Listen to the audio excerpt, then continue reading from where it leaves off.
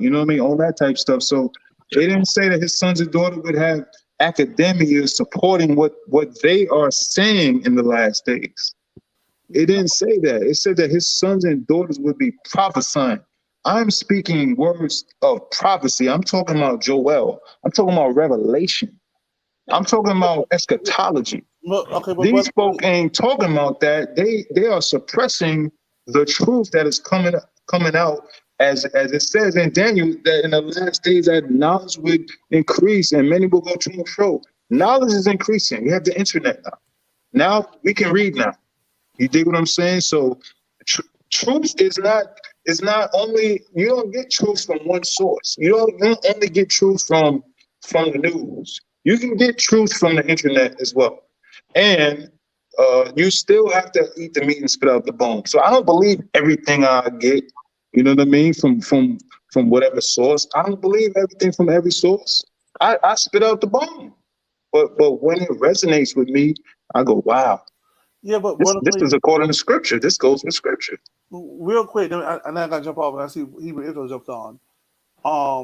One thing to note is that this is why I have issue with that kind of interpretation. We're saying like that prophecy and that, you know, knowledge increase, all that kind of stuff, because that's what a lot of white Europeans did, and a lot of white Christian nationalists do, who are racist or have a very nationalistic tone to the thing that use scripture and prophecy.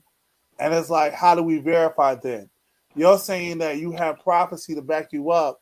They'll say they have prophecy to back them up. Same with them, like them British Israelis guys, where they'll say that we have the blessings, all that kind of stuff. So what I'm saying is, after a certain point, you can test the spirit, but how do you test the spirit? What resonates? Or do you need people who are learned, who can break things down to what's going on? Learn it, dunamis. Learn it according to who? Do we not? Okay, do you know Hebrew? Can you learn Hebrew? No, you know what, dunamis? I don't, but I refer to people that do know Hebrew. So you see what I'm saying? That's what I'm saying. Like not even in terms of let's just look at and we will study this topic from a secular level. Yeah. The language. Who knows the language? Who can tell the language? Who has read books and letters or poetry in that language at that time to do comparisons? You see what I'm saying? That's why I study Hebrews. Like I would just for example, I would say a brother like Pastor Kelly, who studies Hebrew. He knows he can, he can read it and all that type of stuff. I would say, people who know it. You gonna go by the folks who know Yiddish. You believe them more than folk who claim to be the actual people, or you gonna believe converts? You see, I'm not putting on converts or any kind of religion. But you have to, bro, because again, if these are converts claiming to be who we all believe them to be, but we know for a fact they are not the bloodline seed. So that means that maybe Revelations 2:9, 3:9 is talking about them. But the church universal believes them to be the folk, and we've given them millions and millions of dollars, and these are the same folk that promote. God ain't no help these Negroes here. He said the church universal. He said the whole church send them money. Every church in America send them money. No, brother Berean, I'm sorry. Let me. I'll take it back if you take it that way, because I'm not specifying you. I'm just saying, like, you know what I'm trying to say, man. Like, come on, man. You might have went to Juanita Bynum Church. I'm just saying. I'm just naming names because I'm from Queens too. You know what I'm saying? I'm from over there. Where you live at? I used to work at New Life. You know what I'm saying? I used to work in the bookstore. Yeah. I used to stay in the prophecy section. What I'm trying to say is, when I say the church, I'm talking about the church, man. When I say that, come on, man. Allow me to be able to say the church. You know who I'm talking about. I'm not talking about Russian Christian. I'm talking about the church. And we accept the church. We listen to TD Jakes. I'm talking about them, folks, the church. We listen to Creflo. We listen to Charles Stanley. You know what I'm saying? I used to listen to Rabbi Zacharias, the church. When I say the church, that's what I'm talking about. Widely accepted. I listen to Kojic preachers. I used to listen to what's the guy name? Richard Smallwood. I used to listen to his music. The church, y'all know what I'm talking So about. We accept these folks to be. Now you listen to who, Pastor Kelly? I listen to Pastor Kelly. I listen to Pastor Omar. I listen to T.D. Jakes still. I listen to my parents listen to what's his name, CCC's pastor, and we have discussions on this stuff. Yeah, I mean, we have discussions on this. As a Christian or as a believer in Christ, which makes me a Christian, what I'm trying to say is, you guys cannot say that the people who are claiming Israel, who y'all might call moderates, you can't say that we're not your brothers just because we have a different perhaps interpretation of certain things. I believe that I am saved by grace through faith in Christ. That makes me your brother. I hate these Christians. And if somebody say you listen to General Yohana, I just hate these people. This is what I got to deal with. He said you listen to General Yohana? Yes, I do. I have listened. No, I don't know who that is in particular, but I listen to Gorilla Hebrew. I listen to Deacon Sakari. And when I say I listen to them, I give ear to them, but that doesn't mean I believe in their methods.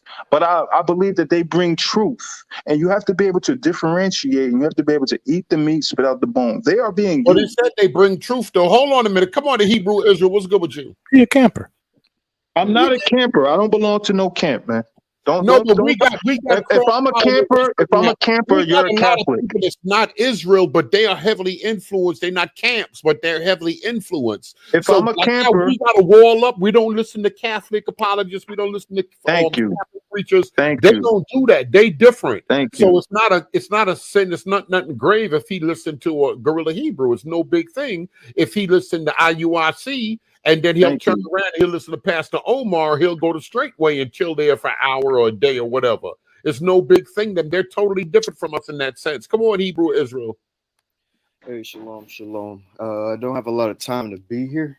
I just wanted to address a few things. So the term Ashkenaz, I said this before in the past on the channel.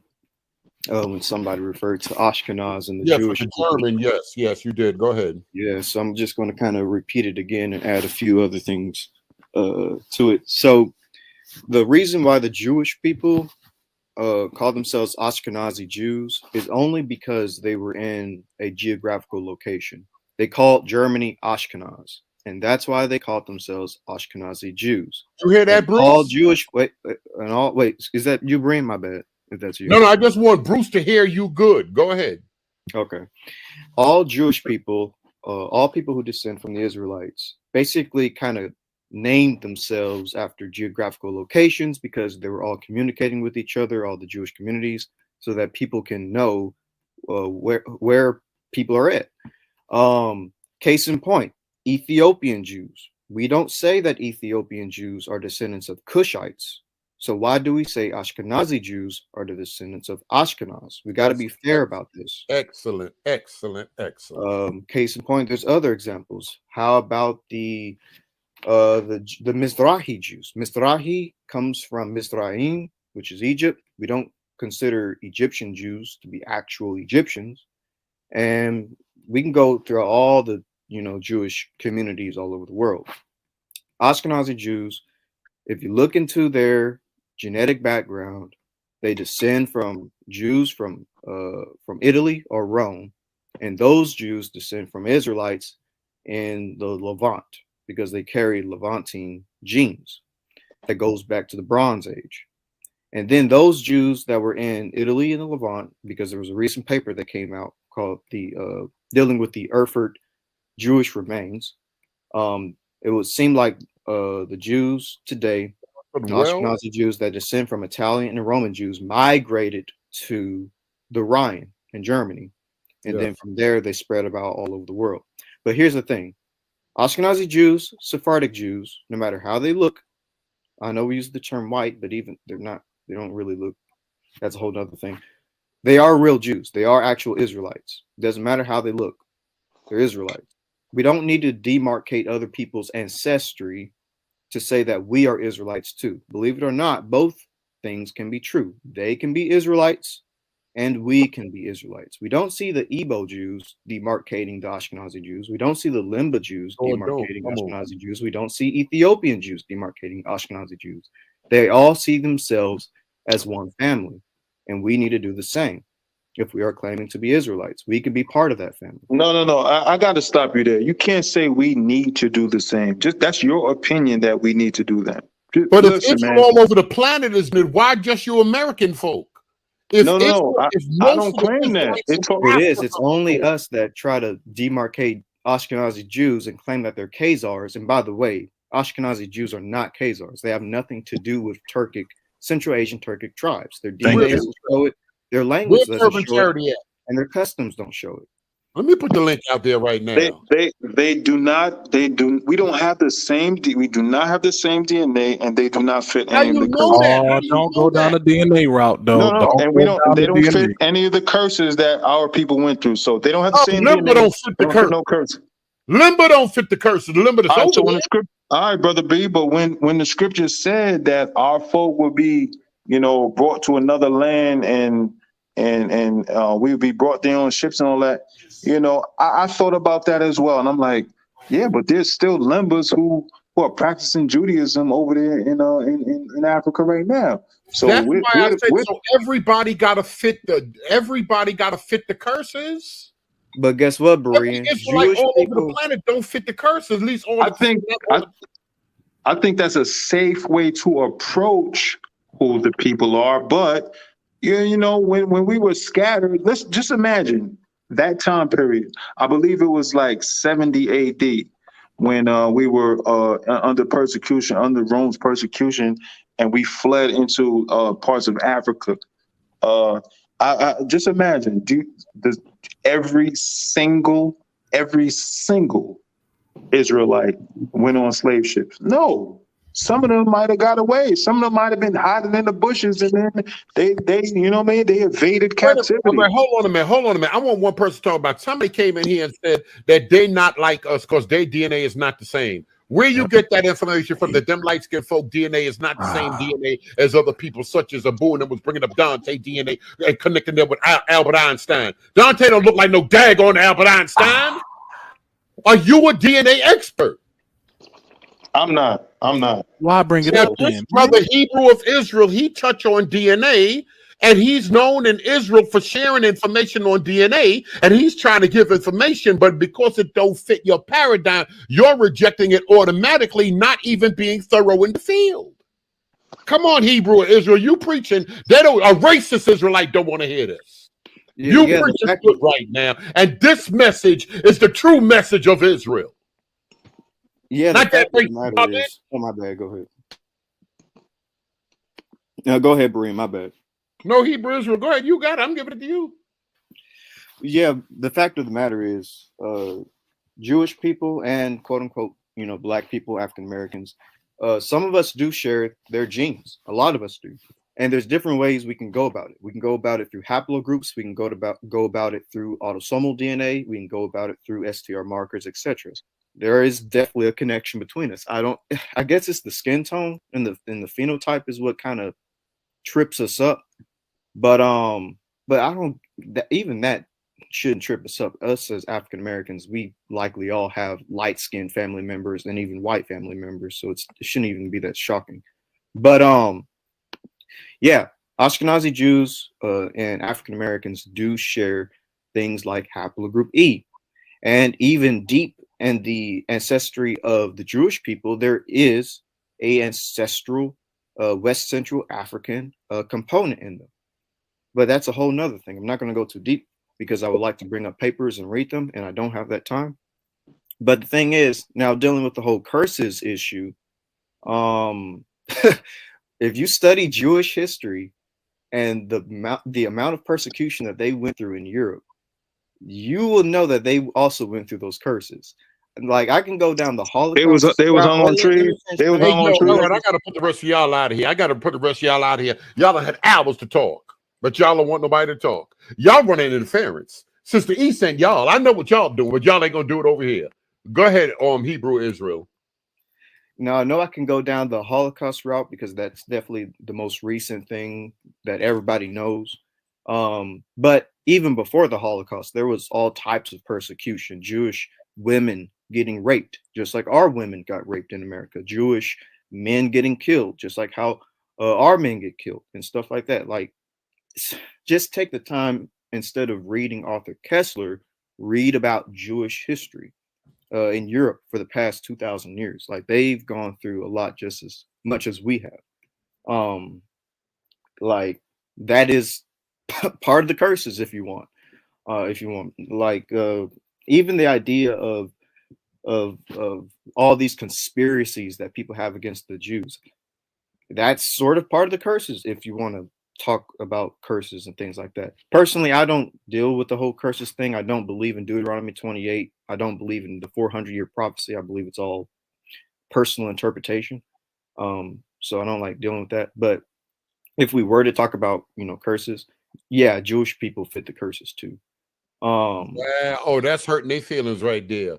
I need Bruce to come up on here right now. Do me a favor, read Jordan. I think he talking to you, Hebrew Israel. I think. Type of 1 for Charity.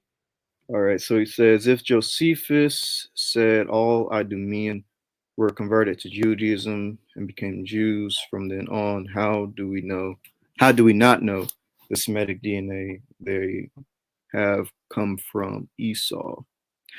Well, when it comes to the Idumean Jews, all right, so when it comes to the Jewish people, we got to break this up into time periods. Jewish people have descent from Levantine populations as far back as the Bronze Age. So all Jewish people are not going to descend from Idumeans. Some might, but that would be speculation. The fact of the matter is they practice Judaism. They practice the faith of Abraham, Isaac, and Jacob. If they practice that faith, then they are an Israelite. Doesn't matter their background. Converts, or should I say, converts are Israel. They are the family. You're not even supposed to remind them that they're converts. You're not supposed to remind people that they're converts. If they practice the faith, they are Jewish. They are an Israelite. Jordan don't like that. Your sister. Jordan ain't gonna like nothing better than that. What race is gonna like that?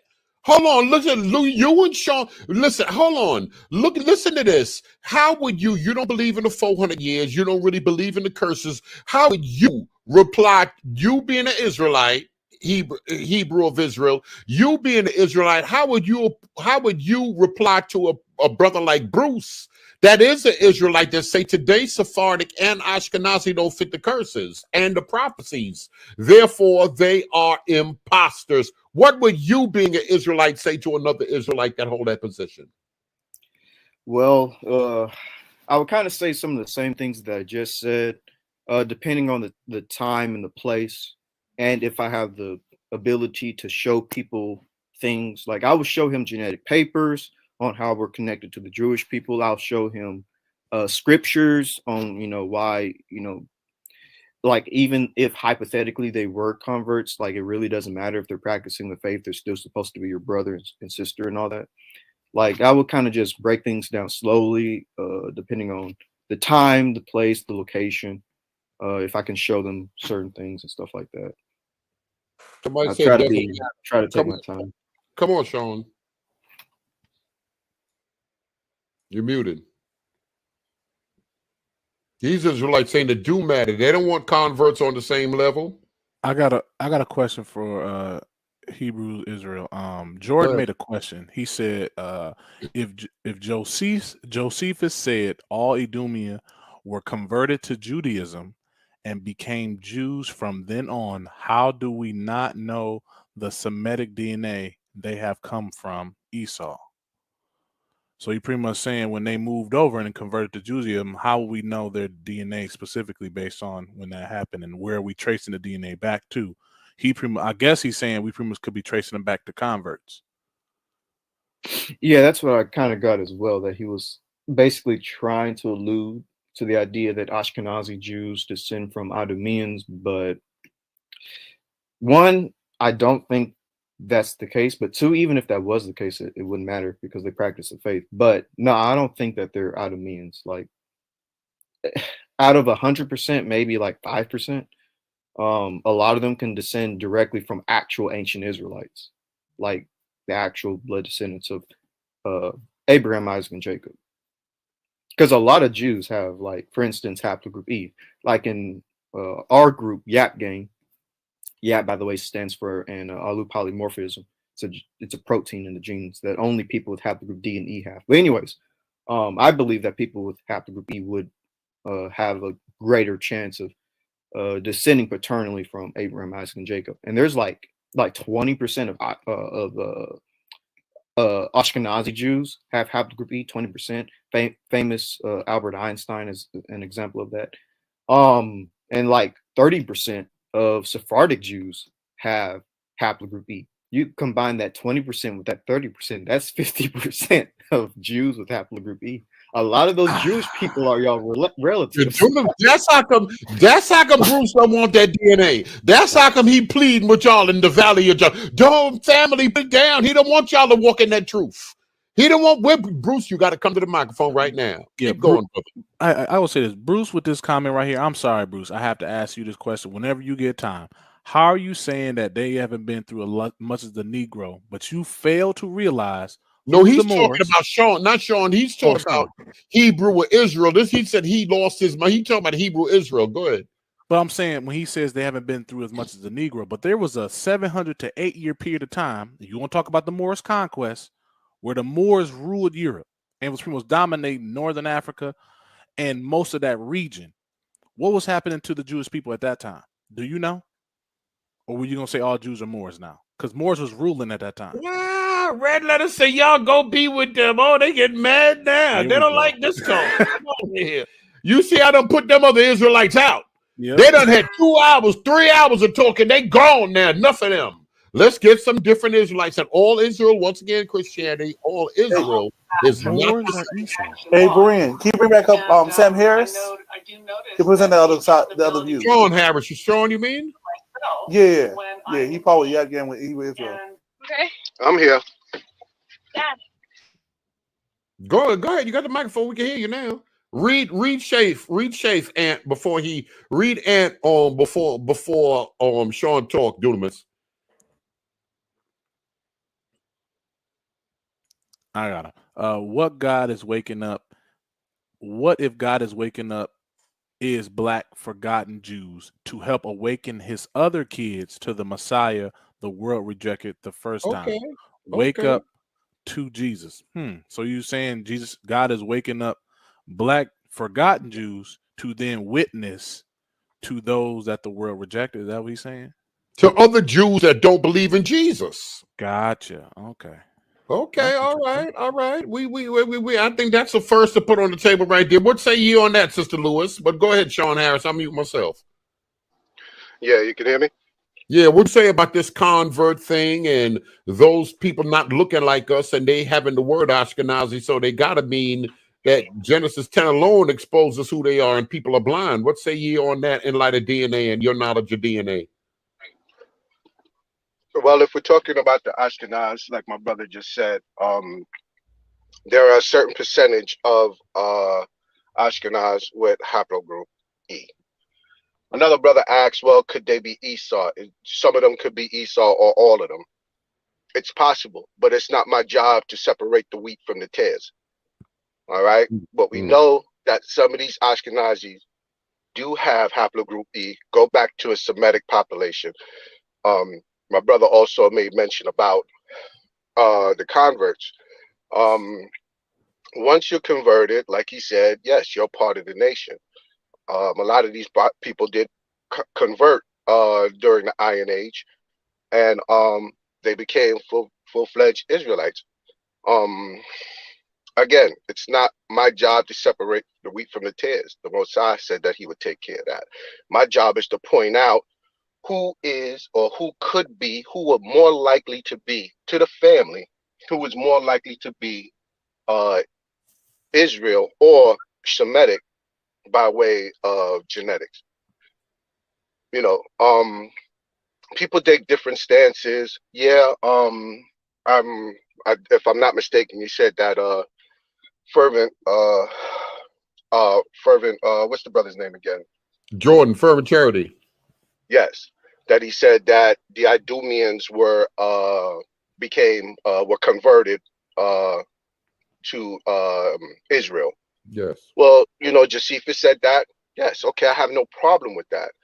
Can we separate who's who in the haplogroup E family? No, we don't have that information. But we know we can take this particular group of people. We could take a specific group of people with haplogroup E and show that they are not indigenous to West Africa, that they came from the Levant. All right. The other haplogroups that, you know, haplogroup J, haplogroup R, haplogroup T, all of these others that we say are not Afro-Asiatic would be your converts. I have no problem with converts. Again, it's not my job or anybody in YAP Gang's job to separate the wheat from the tares. Why you have no problem with converts? Because they converted into the faith. Once you converted, you're an Israelite. That's it. I wish Jordan would have been hard-headed. Hold on, fair use. Oh, Dunamis, I'm sorry. You wanted to ask him something, Dunamis Leo?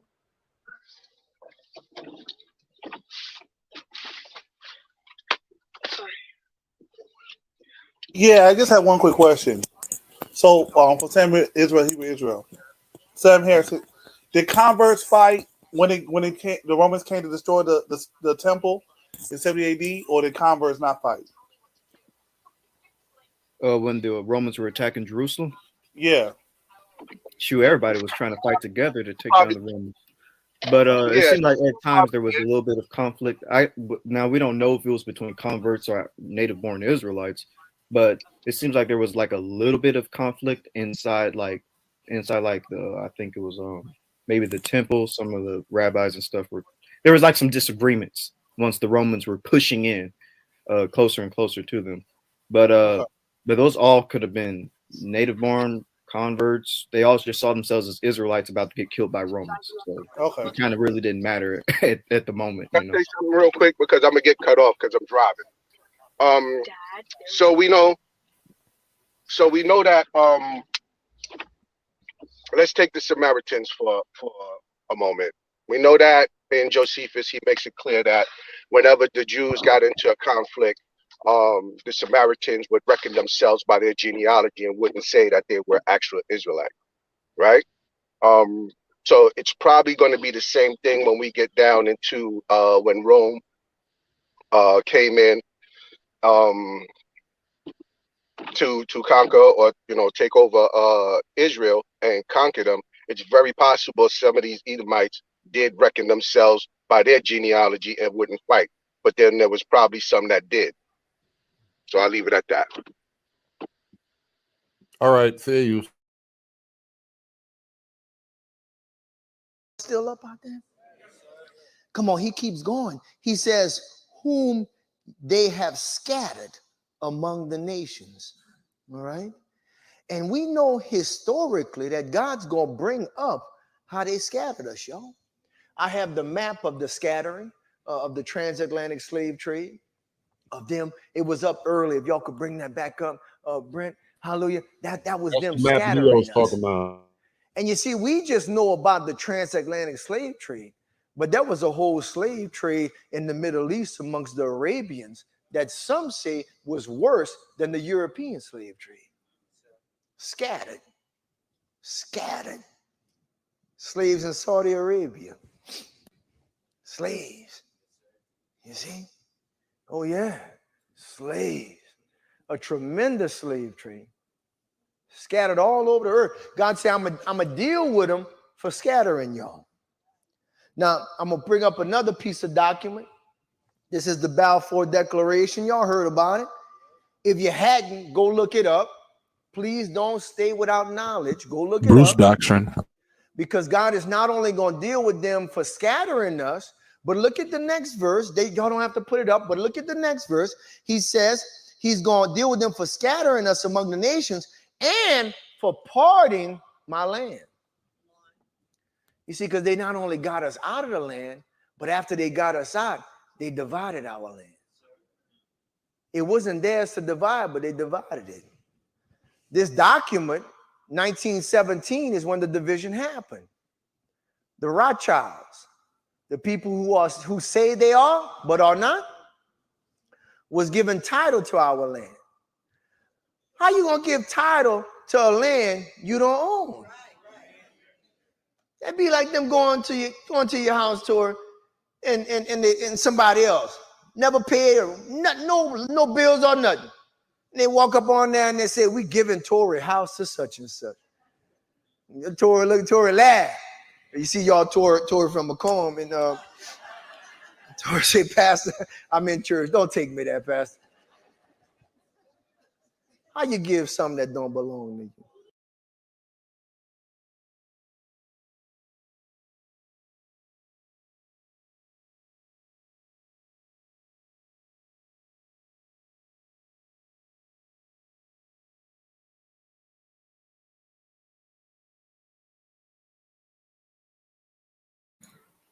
Hey, let Abe up. I think Abe got a question in the back chat.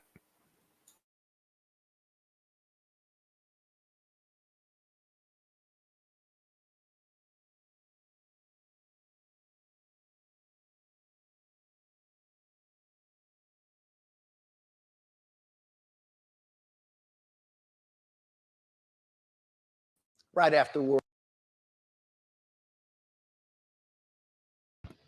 I'm sorry, what you said? I think Abe is in the back chat and he got a question. Abe LLC. Yeah, let me see what he says. I thought someone said that it was a third of Ashkenazi that had Semitic blood. That was for the Hebrew of Israel. Who was that for, Abe? The Hebrew Israel? I think so. Excuse me, my bad. What was the question? He said, he said it's for the Hebrew Israel. He said, I thought someone said it was a third of Ashkenazis has some Shemitic blood. You'll hear, all right, so people say that too. They say the Ashkenazi themselves said that they're not really, that basically that they're converts, that they're not really Israel, that they're Europeans. Have you ever heard that? I've never heard a Jew say that. Go in Clubhouse, they'll quickly tell you that they're not converts. But yeah, when it comes to Ashkenazi Jews and Sephardic Jews, they all have Middle Eastern DNA, and they all have particularly Levantine DNA. Now, could there have been some converting throughout the 2,000 years in Europe? Yeah, but it would seem like the majority of like Jewish people, if you talk to them and look at their DNA, a lot of them do have Middle Eastern DNA. It's some percentage in terms of their autosomal, whether in terms of their Y DNA, if they have haplogroup E, obviously, yeah, they have, Middle Eastern ties. If they have haplogroup J, obviously, yeah, they have Middle Eastern ties. Why are so many Israelites out here saying that they're Europeans? They confess that their DNA is European DNA. Why are so many Israelites? Why are so many people in Israel claiming that these people are European and they don't have nothing but Caucasus Mountain DNA and there's no connection with them in the Middle East? Because you're saying the exact opposite. Well, the reason people say this is only because of phenotype. They look at Jews and then they look at white people and they kind of make the assumption that Jews are white people. Like, so it's really a phenotype thing. And that's why a lot of BHI stay away from the DNA, because it would unravel the fact that no, these people are kind of distinct. Like they have like European Jews have a little bit of European DNA. Sure. But they also have Middle Eastern DNA. And this is the same for Jews in the diaspora. Jews in India have a little bit of Indian DNA. Jews in Iraq have a little bit of Iraqi DNA. Jews in Iran have a little bit of Iranian DNA. Jews in North Africa have a little bit of North African DNA, because when they got to these locations, they mixed with the people there. The Limba even say that they mixed with Bruce. My bad, go ahead. I'm sorry, Bruce, that don't make simple sense to you, Bruce? Because they mixed with those people in the land because God scattered them? Somebody gonna make babies with somebody in the land. So some Jews got chinky eyes somewhere on the planet where other people got chinky eyes. That's not rocket science to me. Some got light skin where they living around some other folk that got light skin. Do me a favor. Go ahead. My bad. No, I was he just about makes to say, even the Limba say that. The Limba even say that they mix with some of the women in South Africa. So, and they bear witness, and they don't have a problem with it, Bruce. They don't have a problem with it. Fervent charity. Where that other racist at? Yeah, them strong words right there. Vanessa said them Europeans. Vanessa Wells said them Europeans. She don't want to hear nothing outside of that. Go ahead, do me a favor. Before Hebrew Israel go, Dunamis, read Bruce right here. The Moors ruled Spain with the Israelites. Oh, now the Israelites ruled Spain, not the Moors. The Moors ruled Spain with the Israelites. Read the account of Tariq conquest. The Moors and the Israelites lived in harmony until European white folks stirred up the land. This shows me that most people are unlearned because they don't believe that Israelites rule, but they believe that Moors rule. Type of one, Bruce. And they ruled for 700 years? 711. Was it from 711 to 1490? Yes, yeah. 711 to 1492. 700 years. So wait, hold on. Hebrew Israel. Jesus Christ. He was what the Moors were the Moors black, or what was the makeup of the Moors? I want Bruce to answer that. No matter of fact, yeah, let Hebrew to Israel answer that and Bruce answer that, because they can be two different answers. The Moors were a mixture of different ethnic groups. You had Arab Moors from the Middle East. You had North African Moors, which would be the Amazigh people, also known as the Berbers. Y'all hear that? Everybody bear witness with that except y'all. And you even had some. Don't get me wrong. You did have some Moors like the Tuareg in the Sahara, and the Tobu people, like some of the Saharan groups as well. So you had some black Moors too. Moors had all skin tones. You can find that Moors would have had ranged from white to tanned to brown to black. It was really it was really like it was basically like a Muslim, like a Middle Eastern North African Muslim, when they used the term Moor. You read Dunamis, read Jordan. I read a research that said their J1 is European, and those that have E is about 20%. But how do you know that 20% of Semitic DNA is Idumean? According to Josephus, Ezekiel 36 says both Idumeans and Gentiles went in history. So I guess the two questions about the DNA that theirs is J1, that's European, and those have E is a minority.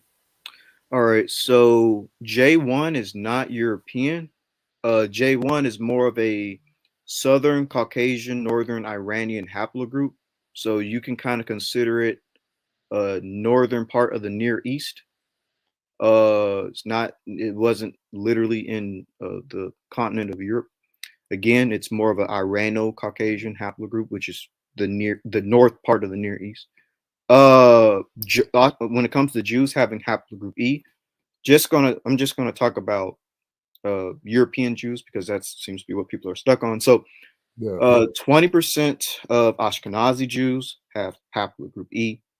30% of Sephardic Jews have haplogroup E. You combine that 30% and that 20%, you got 50%. So haplogroup E is not minor among Jewish people. As a matter of fact, if you read some papers, I've mentioned these papers on my channel before, geneticists would see haplogroup E as a major founding lineage of the Jewish people. I can even pull that up. A major founding lineage of the Jewish people. So, yeah. Now, dealing with his Idumean statement, all right, so when it comes to the whole Idumean thing, sure, some might be Idumeans, but some are definitely descendants of Israelites. Like, I don't really like, why do we want them to be Idumeans so bad? I don't get it, because they practice the faith. Like, what? Why does it matter? Yeah, I know. So what's the makeup of the Lemba with J and E? Can you get a breakdown of that? More would know the breakdown of the Limba, because I haven't studied the Limba that much. I just know that they have various haplogroups. They have a lot of different E clades. They have a lot of J clades. So you can't even say all Limba are Israelites. That's even wrong to say. Actually, no. They practice the faith. So they are Israelites. They practice the religion of the Israelites. They're Israelites. Now dealing with the DNA thing, that's a little bit different, but they practice the faith. So whether they're E markers or J markers, they're Israelites. I consider Jews with haplogroup J and R and all those other haplogroups to be Israelites in the faith. So if they're Limbas with J markers, the Cohen gene that and whatnot, would it be wrong? Would it be offensive to call them white boys or Europeans, all that kind of stuff? Fake? No, I wouldn't call them white. I would use terminologies like this. They would descend from ancient Middle Eastern populations that had haplogroup J, specifically Levantine Bronze Age populations. That's what I would say, instead of just be like they're white boys or something. Read that and tell me what you know. Moors meant black in literature as far back as 300, as well as to the Inquisition. That guy doesn't know nothing about Moors. Bro, Moors, like I said, if you look into the long history of the Moors, they were various ethnic groups. They were not just sub-Saharan Africans. Moors were Arabs. Moors were the Amazigh, which are North African Berbers. And some were, yes, sub-Saharan Africans. It's just that they all weren't sub-Saharan Africans. It's just like the ancient nation of Israel. All of ancient Israel was not black. You had light-skinned people in the Levant, ranging from that Mediterranean tanned skin tone to brown to black. Like nowhere in that part of the Mediterranean was it only just one skin tone with an ethnic group. The Mediterranean is extremely diverse. Hold on a second, though. Robert, what are you saying that other people from the Levant groups also had the CMH marker? Yeah, no, I was just saying, grace and peace, everyone. But I just wanted to talk about that. The original papers, like the seminal studies for the Ashkenazi, was based off what's called the Cohen modal haplogroup. It was just a CMH marker, and they were basically just looking at the frequency of this. It's called a short tandem repeat. It's basically just when you see the same base pairs like CCC, GGG, just back and forth over and over and over again. And again, I don't know if that's the best marker of being an Ashkenazi Jew, but when they looked at that, they also saw that many non-Levantine groups also had it, but they failed to report that within the paper. So people like Iran El-Hayek, there was a former director of the American Academy of Pediatrics. She looked at the paper and she noticed that there was some failure to report that. They just left that part out, you're saying? Yeah, they left that part. So it was a lot of these studies are clearly biased when it comes to population genetic studies. You would agree with that, Sean? Yeah, some papers, but if you read enough, you would know that there is some bias. The same way they separate haplogroup, the same way they'll separate haplogroup E1B1A from E1B1B. So I have no problem with that. I lost the other part of his statement. He was saying something about JP58. Sorry, what was the JP? Sorry, can you? Yeah, the Cohen haplotype, JP58. Cohen modal haplogroup. I'm not too sure what what that nomenclature is related to it. That might be it. I'm not too sure. Yeah, it falls under the JP58 code. JP58. Okay, yeah, I'm not too sure what that was, but sort of the first seminal study was by a man named Harry Osterer, and that's what he found as being sort of the best depiction of being an Ashkenazi Jew. Since then, most studies I know, as it relates to genetic population studies, have used a method called principal component analysis. I'm in my master's right now. I'm getting a master's in bioinformatics, so I have to use that a lot. But it's a very flawed method when it comes to genetic data. All right. So the long and short of it, I'll give you an answer right now. JP58 is not Semitic. They speak a Semitic language, but they're not lineally. They're not of the lineage of Shem. Yeah, they go back to DE. And I think that's a valid conclusion to come to. It just seems like these studies, they see that it's widely distributed, but then they come to the conclusion that, oh, it's like most frequent in this population, which is very flawed. Yeah, so JP58 comes off of the parent group CF, more in particularly FM89. So yeah, they would be considered from a not circular, but from a creationist standpoint, they would be considered Japhetic. No, you know, I think it just goes to show that a lot of these studies, if you look into the methods, they're usually what's called PCA, principal component analysis, and basically what they try to do is just try to cluster groups together on like a XYZ graph. Depending on how close those groups cluster, they say, oh, well, clearly these groups are closer together, and that's because, you know, they have a shared lineage. But depending on the sample sizes that you use, you know, you can show that Europeans descend from Africans, Africans descend from Americans, and everybody will cluster in different places. So I don't really trust most of these studies, to be honest. Well, I guess being that you just getting into this, you would not trust them, and I wouldn't tell you, you know, I think that as you study more and you get to understand the verbiage, and the more papers you read, you're able to separate who's what, and your trust will come. I'm not telling you to trust them, but, you know, we view the papers because we know the different geneticists, we know the different papers, we know who leans toward what, so you're able to separate who's being biased and who's not. If you're not studied in this, then, you know, yeah, you would come to your conclusion.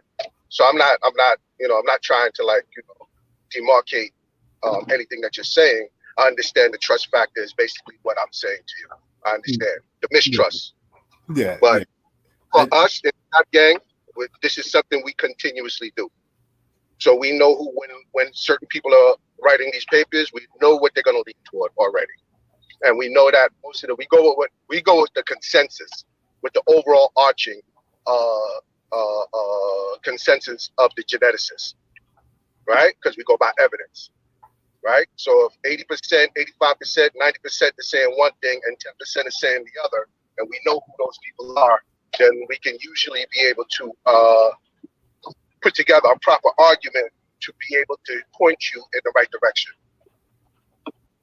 Right. Yeah. I guess I just want to know the model that you're using to come to the conclusion about, you know, where people descended from. I think, you know, most of these models, I think all the models, although they take a good gander and a guess at sort of where people were and where they can be placed in history, I still think, you know, we're only getting a snapshot of current moments and trying to infer something 3,000-4,000 years ago. And when you look at all the baseline assumptions that they make into their calculations, you're just like, well, where are they making this assumption? Where are they including this presupposition into their calculation? And you look at it and say, oh, well, you know, this is what some people have said of best. And there's so much debate amongst the best models to use. I know principal component analysis one. There's a geographic population structure that uses a different sort of analysis. The only thing on my faith is, depending on what you use, you can, like you said, you can come to the conclusion before you even start the study. So I would say this, Sean. Hold on a minute.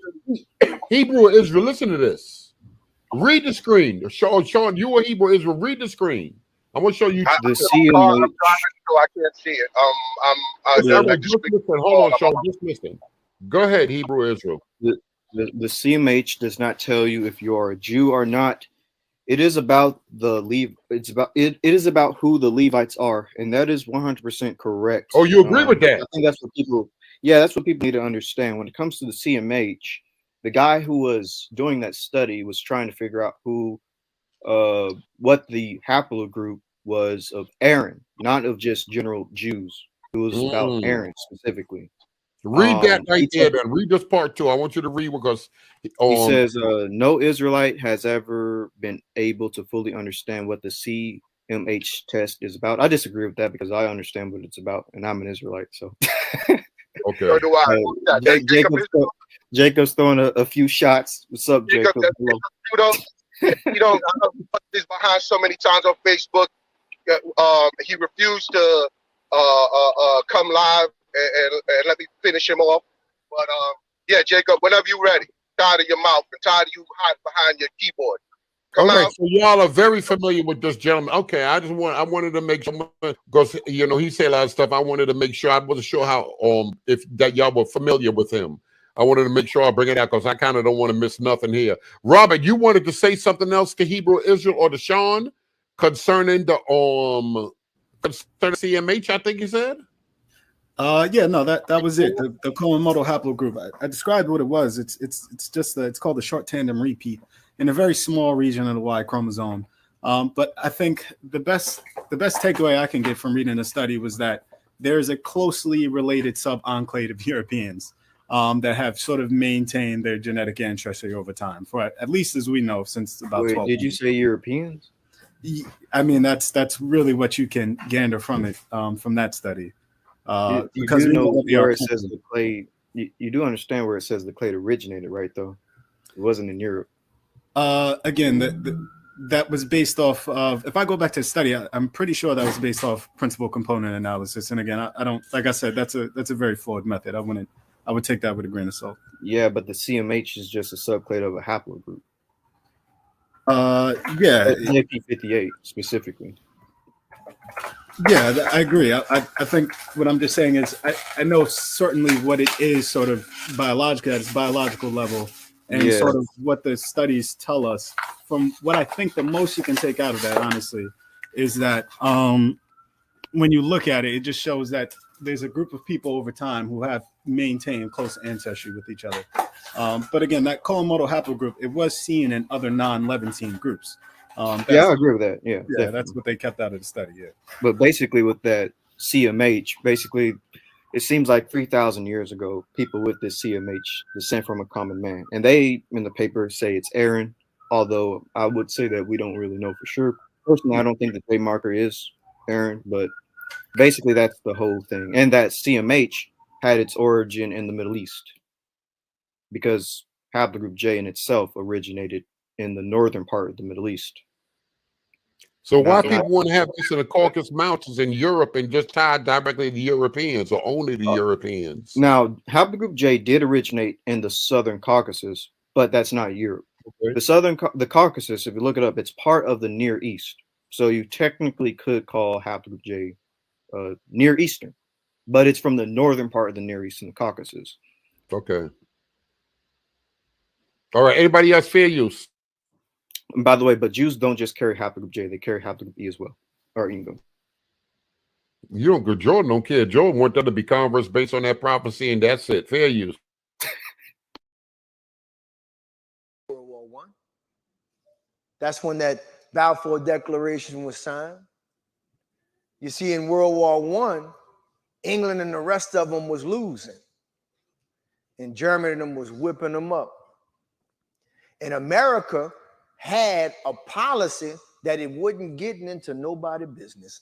But we need that policy today. America was saying we're not getting into no war. In fact, the president that won, Woodrow Wilson, ran on peace. And he won on peace because the general population did not want to get into the wars of Europe. It had nothing to do with America. Well, they could do that in Ukraine right now. We worry about everybody's business but ours. We worry about what they're doing in Iran. Oh, the women in Iran. What about the Negroes in Lafayette? They worry about Iran killing one woman. They still killing them Negroes, women and men. Why they ain't saying about the Taylor girl, Breonna Taylor? Why they ain't saying that? They worry about that in Iran. What about Philando Castile, Alton Sterling? They're all up in arms about Iran. Baby, you got to sweep around your own front door. What are you? Leave them people alone. You're busy. You see? And y'all watching that media, yes, let's go get them in Ukraine. You don't know nothing about no Ukraine. Mind your business, Hebrew. Because that's how they divided your land up.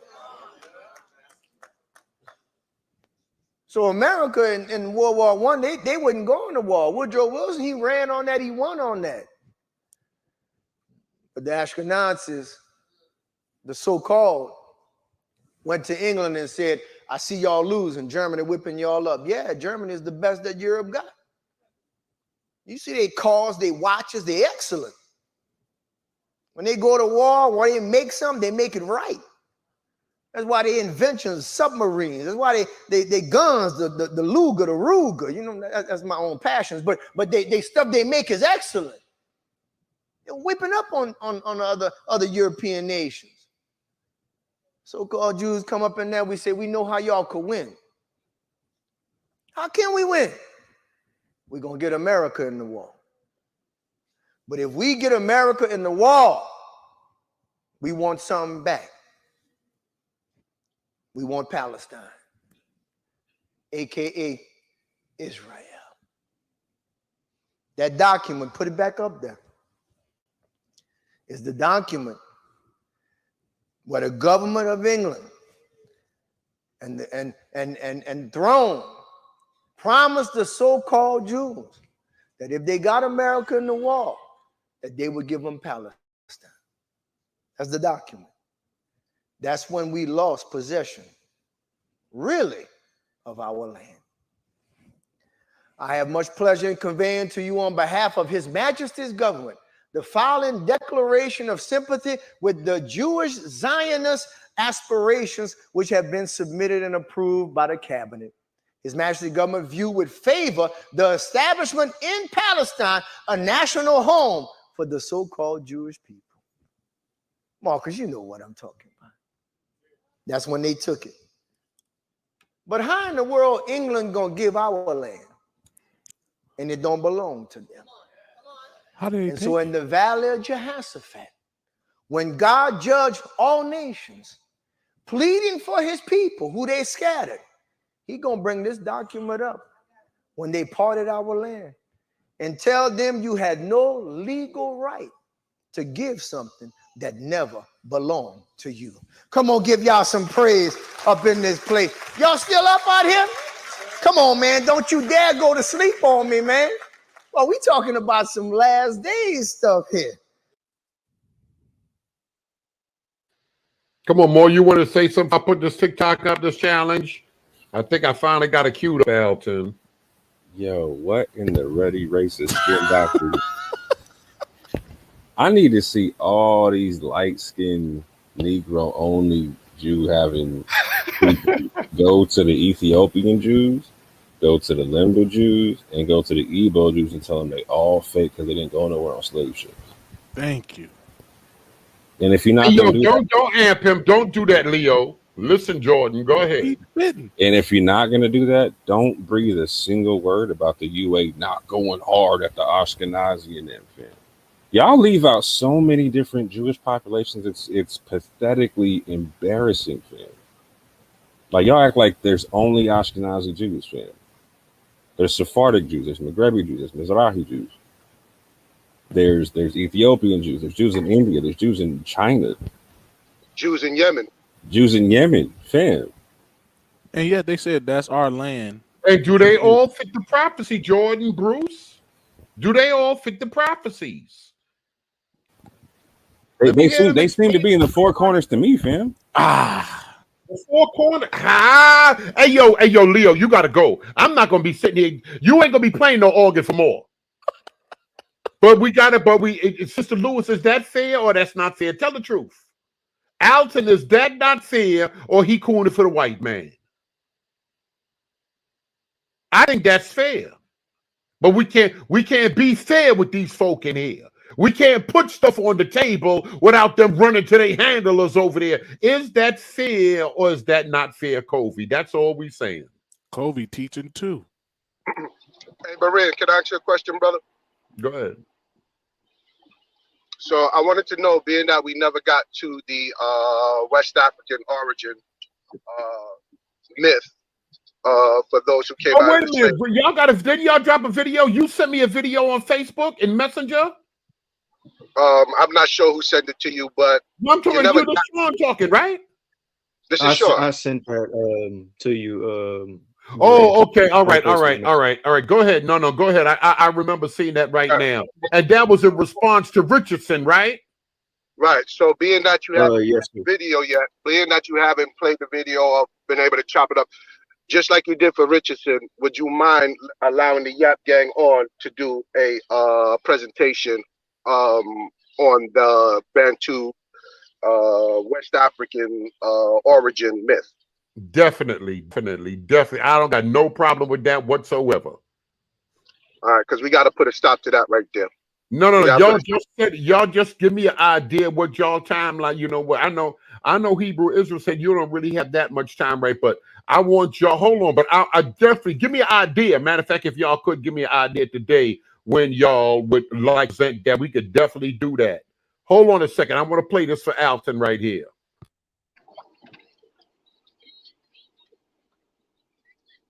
Leader in the Hebrew Israelites, and you say, I'm not going to do it on your show, but I'd like to have a formal moderated debate. We can do it live online before the largest possible audience.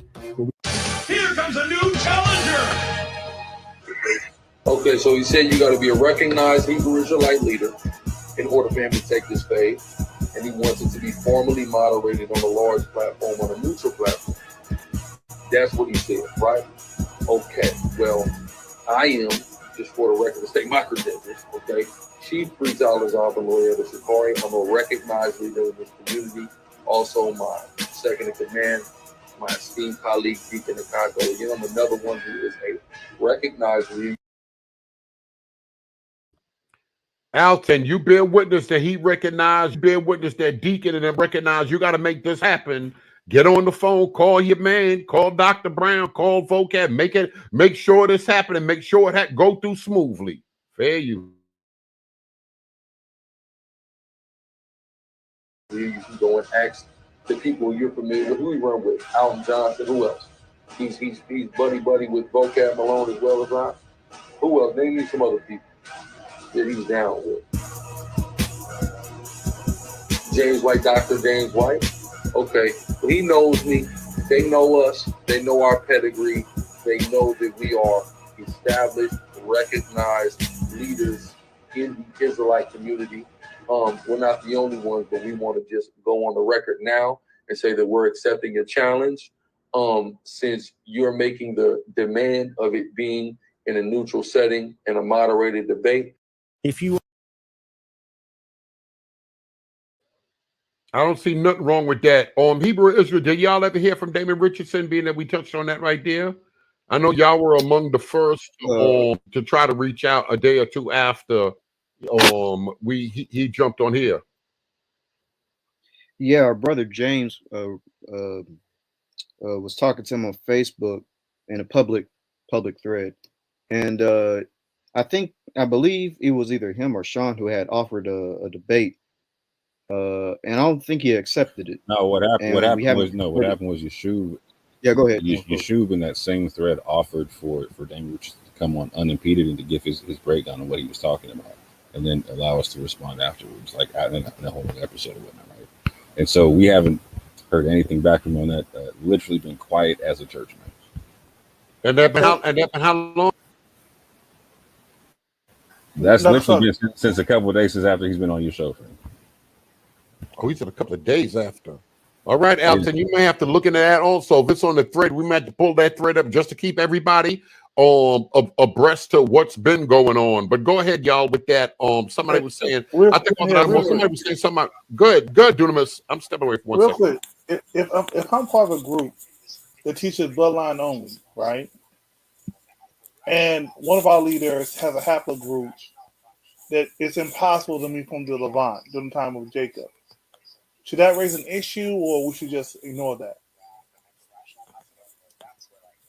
I don't know. Who's that for specifically?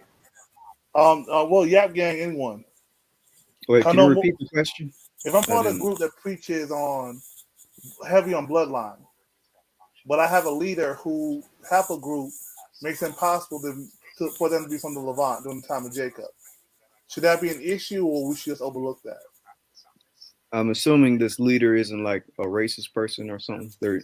They genuinely teach the word correctly.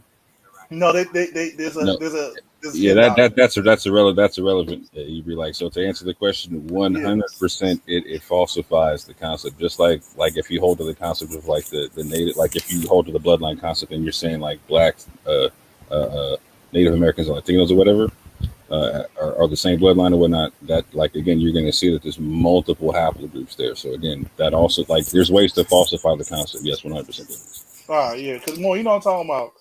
When that DNA came, who you talking about? You can say who you talking about? Ron Dalton? Who you talking about? Tell you who you talking about? Gorilla? Who you talking about to talk about DNA? Who you talking about? Gorilla Hebrew, the R. From my understanding, the R doesn't match up in terms of being the Levant, but I could be wrong. Unless you said R was in the Levant, but if we're going with the haplogroup E concept, then because we find R amongst Jews today. So if he's, if we're saying that, it's a convert, I have no problem with that. If that answers your question. But even on a whole nother level, right? So you can find R in Canaanite remains, etc., etc., etc. However, again, when dealing with the Sakari breakdown on how they rock with the 12 tribes and the Negro, Latino, Native American concept. There's a lot of people that they represent, like the Native American groups, haplogroups aren't in the Levant, right? And again, if he were to take a DNA test, Alizar, if his brother Assad took a DNA test, right? Like they both take DNA tests. They didn't put out Assad's haplogroup. I believe he just took an Ancestry test. I don't think he took a 23andMe like Alizar did. But there's a good chance that, like, so for instance, Assad's haplogroup E or the Deacon's haplogroup E, there's going to be more people in Sakari are going to be haplogroup E than they are haplogroup R, right? And that right there lets you know that they don't come from the same bloodline. So that's problematic again for how they break. So that DNA ain't good for people that's holding to the 12 tribes chart. You're saying or more? Yeah, DNA shoots that all in the face scholastically with a shotgun all day. Go ahead, Dunamis.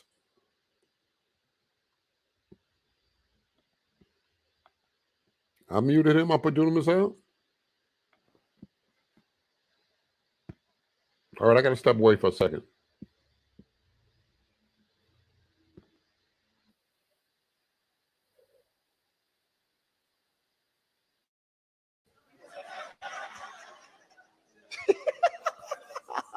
That's exciting, huh?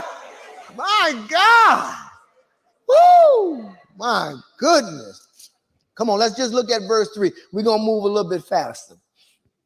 All right. He says, and they have cast lots for my people and have given a boy for a harlot and sold a girl for wine that they might drink. And God is saying, not only did you scatter my people and you parted their land, but you treated them like they was nothing. Like they had no value. And here we are, Randy. God. Nah, I'm just bringing that up because the whole thing, this goes into the whole aspect about Deuteronomy 28, the curses and converts, all that kind of stuff. That if you don't accept converts, but you push like a bloodline, then everyone around you should match up if that's what you're pushing. You know what I'm saying? If that's not the case, then there's issues. And in my mind, the only way to solve the issues is to say that they're converts. But if people, but I thought them camps don't really deal with no DNA. Why? How he getting all caught up in that from the gate? I think it was a debate he had with Garfield, and that's what was revealed. Okay, so I'm gonna have to get up on that right there because that kind of slid. I kind of vaguely remember it, but go ahead. Yeah, that's what came when he was R, and then going to it's just a whole standpoint about the curses with Deuteronomy 28. That there are those who will be Hamitic who came over, or whatever, different people who came over them slave trades that weren't Semitic, and then went through them curses. So can we use Deuteronomy 28 to really pinpoint who's an Israelite? Then two, the DNA, like more say, it destroys the 12 tribe chart. That you can't say certain people are Israelites based on if their DNA is not matching up. No wonder some folk want to stay far away from that thing as possible. No, I'm doing this real quick. Like, so Ibri keeps talking about like converts and this, that, and the third. Like, he was talking about like with the limba, like some have E, some have J. He's like, but if they're practicing Israelites, they're Israelites. If they practice the faith, he's like, so that's the only way you can make this stuff work out. You know what I'm saying? Is if you're talking about bloodline and converts being all one nation, one group of people, whatnot, right? But they're not going to do that. Yeah, then that. Yeah, folks fighting hard for that thing. They said no converts. They around, but they ain't getting what we getting. So I don't know. You know, people in Israel, what would you say to people like Numanity? He said smoking mirrors. At the end of the day, it's all theory, not science. What would you say to somebody like that? He Israel. Well, he must believe that non-binary people exist, because the type of science that I'm dealing with deals with biology, particularly of men and women. Like, for instance, haplogroups. Haplogroups are a sex-determining chromosome. Excuse me. Men carry the X and Y chromosome, and women only carry the X chromosome. And men, fathers, should I say, pass down their Y DNA to their sons. Y DNA haplogroups, mtDNA haplogroups, that's literally what makes a man and a woman a woman. If you want to say haplogroups are theory, then the alphabet community has already won. All right. When it comes to these haplogroups, they definitive. It's that very chromosome literally makes you a man and have testosterone and everything else. Like, you want to throw away this DNA science, then hey, you might as well call yourself binary right now. I'm just saying. And even if you go with the autosomal method, I'm sorry, bro. So there's real quick. Even if you go with the autosomal method, like, tell me you're not going to rock with the paternity test, man. Like, tell me, like, if the paternity test says you're not the father, you're not going to rock with that. If it says you are the father, you're not going to rock with that. Like, go tell the courts that you're not going to. And the judge, thank you, because the judge say you are, and you go to pay. You got it, OG. Yeah, I just wanted to add this real quick. So, my brother was talking about the X and Y chromosome. You know that these chromosomes we're talking about, literally, the Y chromosome literally looks like a Y. An X chromosome literally looks like an X. That's how they got their names under a microscope. This is how come they call it the X and Y chromosome. So I'm trying to figure out what's smoking mirrors here, because that determines whether if you have an X and a Y, excuse me, if you have a Y and an X, you are a man. If you have two X's, you are a woman. So I need to know, how is this smoking mirrors? And then too, with that, it raised the question: if you're going to say certain things smoking mirrors, so did you believe that Jacob was a real person, or was he just a mixture of a tribal belief? You know what I'm saying? Don't miss these super chats, Dunamis, because this is for Yap Gang right here. Yeah, and also too, was Adam a real person? So if the Bible's making claims that these people are real people, then the science should go along with it, and we're seeing the science is going along with it to an extent. You know what I'm saying? The science is catching up, but that's the issue. That if you believe like Garfield that Jacob was made up by a whole bunch of people, then yeah, Israelites can have a whole bunch of haplogroups. But if he's a real legitimate person with a Y of his own, then there would have to be some kind of trend going down.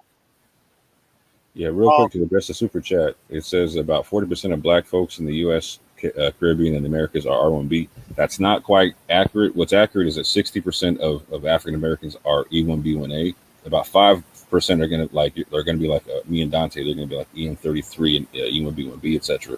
35% are going to be not haplogroup E. So a multitude of different haplogroups beyond E. Where y'all video? Where that other video at? I might as well pull that up whilst or put it on your screen, Dunamis. I'll pull your screen up. The recent Yap Gang video. Yeah, Shay. Which one you sent me, Sean? In the he'll send to you. Yeah. Yes, I sent you. You can want me to send it to you, Dunamis? Yeah. You can put it back here. All right. Yeah. How do I? All right. Okay. Let me pull that back. Humanity asked a question: how he can come to the defense conclusion with Abraham, Isaac, and Jacob's DNA? Like I was saying, it's still something that's building. They can answer their own perspective, but to me, it's something still building. But you can see there's a pattern that's going along, that's going with the Bible narrative. You know what I'm saying? that's the whole thing, like with creation sciences, all that kind of stuff. They're using the science to show as a proof to show the Bible is real. You know what I'm saying? That's the whole thing. That there has to be some kind of trend going along. You might not get to exact details yet, but it still should go along the Bible narrative to the migration patterns, in terms of certain people existing, in terms of timelines when these people existed, that kind of stuff. That's what I see. That is your screen that's up, Dunamis. All right, no, well, put it in private chat, Hebrew Israel. Here, I'm sending it to you right now, Dunamis. You'll get it in 3, 2, 1, and there. Is it okay if I answer Kobe's question, Bray? Yeah, go ahead. I'm walking away, y'all. I can hear y'all, though. I can hear y'all. Okay, so Kobe asked, hold on, he said, Orthodox more, where does R1B fall in all of this Israel talk? In the YAP model, we in dealing with like the mixed multitude, R1B would definitely be potentially part of that mixed multitude or whatnot. And there shouldn't be any issue with recognizing the other half of groups coming in or whatnot.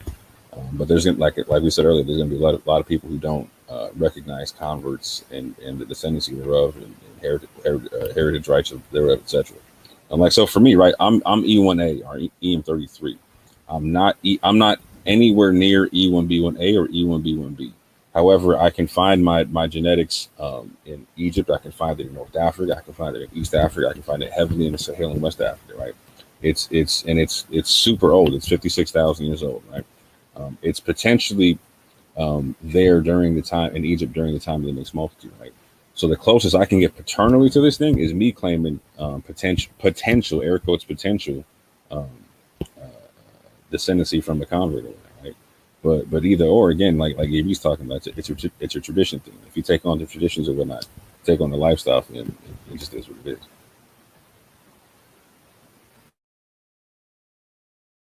I think a lot of people tend to forget that when Israel was kind of born as a nation, particularly in Egypt after the Exodus, they left with a mixed multitude that would have consisted of Asiatics from the Levant during the times of Pharaoh's conquest in Canaan.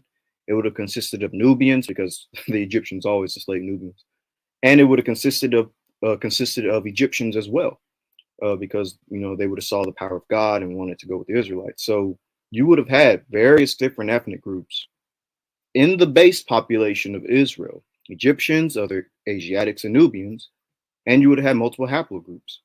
But I see the videos up, so. And that goes into that verse that Israel's a light to the Gentiles. So it makes sense that people want to convert if they have the one true God. Hey, but Abraham, father of many nations. Hey. Is there a timestamp y'all want to go to, or you want to start from the beginning? Yeah, there actually is a timestamp. Or we can watch the whole thing. It's up to y'all. But if you want to get to like the meat of it. Well, no, it's on y'all. Y'all want to pull it up, so. Sean Moore, what do y'all want? Y'all want the whole thing or just a piece? I would say get to the meat of it, bro. Go ahead and get if you got the timestamp, hit him with the time. Yeah, I got the timestamp. Let me pull it up here. And if y'all got questions for YAP, get ask specific questions dealing with this right here. I know a lot of y'all bent on the prophecy and want to throw this to the side, and now all of the anti-DNA people coming out, and DNA is nothing but speculation and all of this other stuff. Let's just hear them out and see what's what. Because DNA worked to get people out of the penitentiary. DNA worked to get child support. If DNA worked to solve murders, let me pull up that other thing on what the Fed said about Jed Match. Well, I can't act like them other dudes ain't been saying, but the Fed said something about Jed Match. Y'all ain't gonna just get on here and talk this crazy spooky Bible talk and throw Jed Match and throw DNA out the window all of a sudden. Y'all can't do that to me. This ain't the channel. This ain't a good channel for a lot of you Bible thumpers. Go ahead, I'm mute myself. All right, so you can start. Before you start the video, hold on. Before you start the video, I want to make something clear about to everybody in the chat that this video is particularly, we're discussing whether or not the haplogroup E, or people here in the Americas or in the diaspora were haplogroup E that came off of the slave ships, that they keep trying to landlock and say that we belong. They say that we were indigenous to West Africa, and that we was nowhere else but there. This is basically dealing with that. 19 minutes and 9 seconds. I put the timestamp in the back.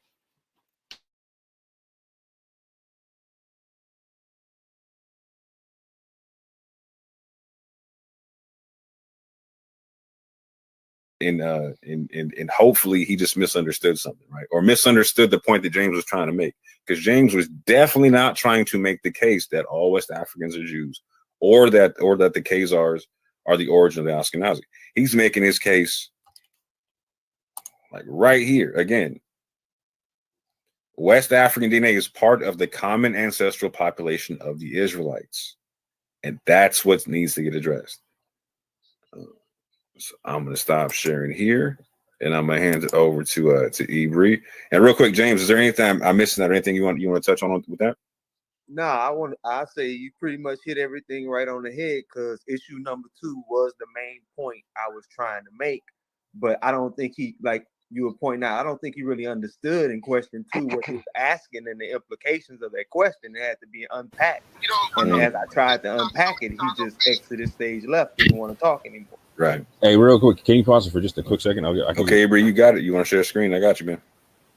Just a quick summary of what was going on before this was that I was describing the interaction on Facebook between Damon Richardson and James Cassell in terms of James offering some information in terms about the two questions that he had.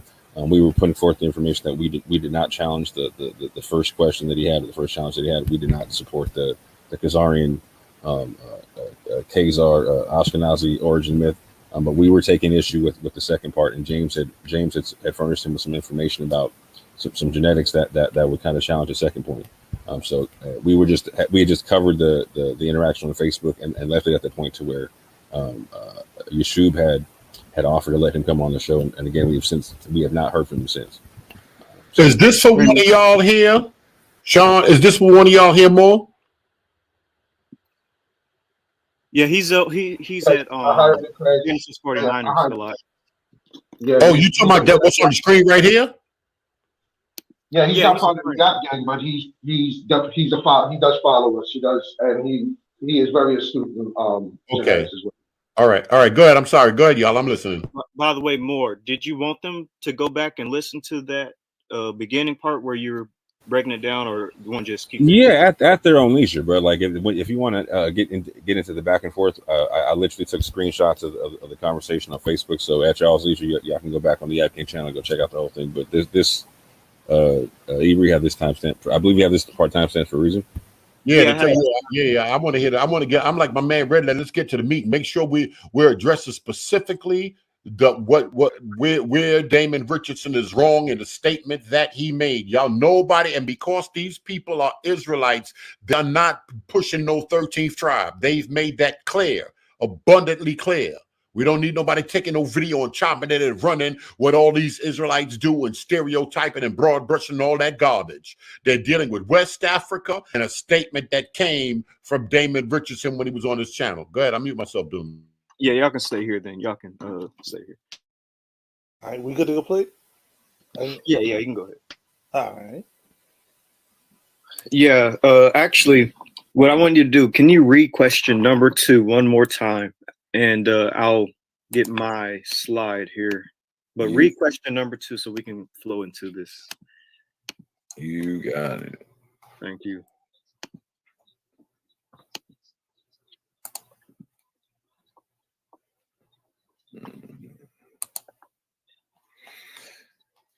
Provide scientific-based research that is peer-reviewed that conclusively finds that West Africans are the descendants of common Jewish Israelite ancestors from whom they derive the majority of their DNA and ethnicity, rather than from the indigenous West African people groups, i.e. Congo, Western Bantu, Cameroon, Ghana, Nigeria, Mali, Senegal, and Ivory Coast. In other words, research supporting this claim. And just to be clear, fam, he didn't even list off people groups. He listed off countries. Clear about that, but let's go ahead and do it. All right, so now you can share my screen. So let's actually, and by the way, if you hear that it's loud in the background, forgive me. But so this paper actually is a perfect paper that can answer his question. So it's titled "The History of African Gene Flow into Southern Europeans, Levantines, and Jews." And this is a peer-reviewed paper. You can see that it's from the National Library of Medicine. And you can also see the various geneticists that were a part of it, such as Muntazier and also the famous David Reich. He actually has a lot of good papers that came out even this year of 2022. But let's actually get into the paper. So it touches on African gene flow into Southern Europeans, Levantines, and Jews. Our focus is going to be on Jews. Now, we're going to read the abstract and then go to the meat of the paper. So the last three sentences of the abstract says, we also detect 3 to 5% of sub-Saharan African ancestry in all 8 of the diverse Jewish populations that we analyze. For the Jewish admixture, we obtain an average estimated date of about 72 generations. This may reflect descent of these groups from a common ancestral population that had already had some African ancestry prior to the diaspora. So let's sort of break this down.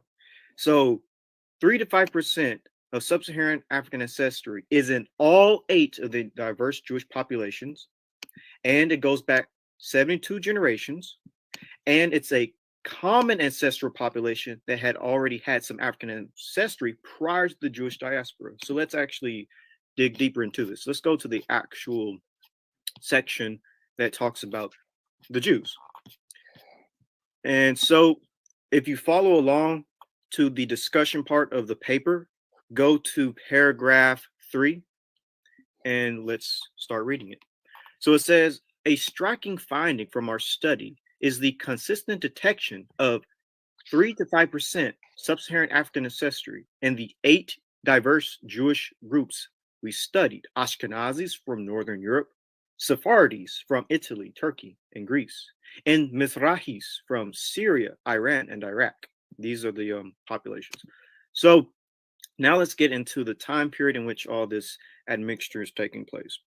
So it says, we estimate that the average date of the admixtures of 72 generations, 2,000 years, assuming 29 years per generation, is older than that in Southern Europeans or other Levantines. So basically, it's saying that Jews have sub-Saharan African DNA older than Southern Europeans and Levantines. So let's keep reading. So it says, the point estimates overall 8 populations are between 1,600 and 3,400 years ago, but with largely overlapping confidence intervals.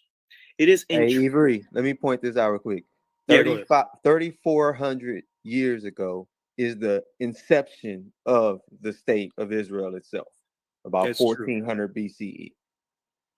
Yeah, 3,400 years ago would put us in the time period of the late Bronze Age collapse / early Iron Age. So this is Israel is in the nation. They are in the Levant in this time, as James said. So it says, it is intriguing that the Mizrahi, Iraqi, and Iranian Jews, who are thought to descend at least in part from Jews who were exiled to Babylon about 2,600 years ago, share the signal of African admixture. Now, this is very powerful because most people will consider Mizrahi, Iranian, and Iraqi Jews to be the purest Jewish types because after the Assyrian Babylonian Empire, they were kind of stayed in the region. And so people will consider either the Mizrahi Jews as the purest and oldest Jewish communities, and they do have the oldest Jewish communities, or they'll say that it's the Yemenis. But focusing on the Mizrahis, basically the Babylonian Jews, they have the oldest communities and are considered the purest Jews. And even they have African DNA. And again, this is as far back as 2,600 years ago. So it says, a parsimonious explanation for these observations is that they reflect a history in which many of the Jewish groups descend from a common ancestral population, which was itself admixed with Africans prior to the beginning of the Jewish diaspora that occurred in the 8th and 6th century BC. Now, this is powerful because basically it's saying that before the Jews even went into the diaspora, the Assyrian diaspora and the Babylonian diaspora, before the diasporas occurred, Jews already had this sub-Saharan African DNA. Now you might be asking, what type of African DNA is this talking about? Well, go down to the I believe this is the 5th or 6th paragraph, and it actually tells you. And it says a potential issue that could, in theory, influence our finding is that the exact population contributing to African ancestry in West Eurasians is unknown. To gain insight into the African source populations, we carried out PCA analysis, which suggested that the African ancestry in West Eurasians is at least as closely related to East Africans' Luya, and if y'all look up the Luya, they are a Bantu people, as to the West African Nigerian Yoruba. If you don't mind, Moore, can you reread his statement for paragraph 2 and then come back to my paper? You got it. Just reread that really quick, and then we'll come right back to the paper, and I'll pull something else up. You got it, sir. So we're in question 2. Provide scientific-based research that is peer-reviewed that conclusively finds that West Africans are the descendants of common Jewish Israelite ancestors from whom they derive the majority of their DNA and ethnicity, rather than from the indigenous West African people groups, i.e. Congo, Western Bantu, Cameroon, Ghana, Nigeria, Mali, Senegal, and Ivory Coast. In other words, research supporting this claim. Thank you for that. Sorry, hold on one second, gentlemen. So, listen. So, if anybody want to get Damon Richardson is more than welcome to question them. I feel anybody in all of Israel, if anybody in all of Israel got an idea what they talk about with their DNA, peer-reviewed paper, Damon Richardson, this would be the time, and these gentlemen here would be the gentlemen. But I'll mute myself.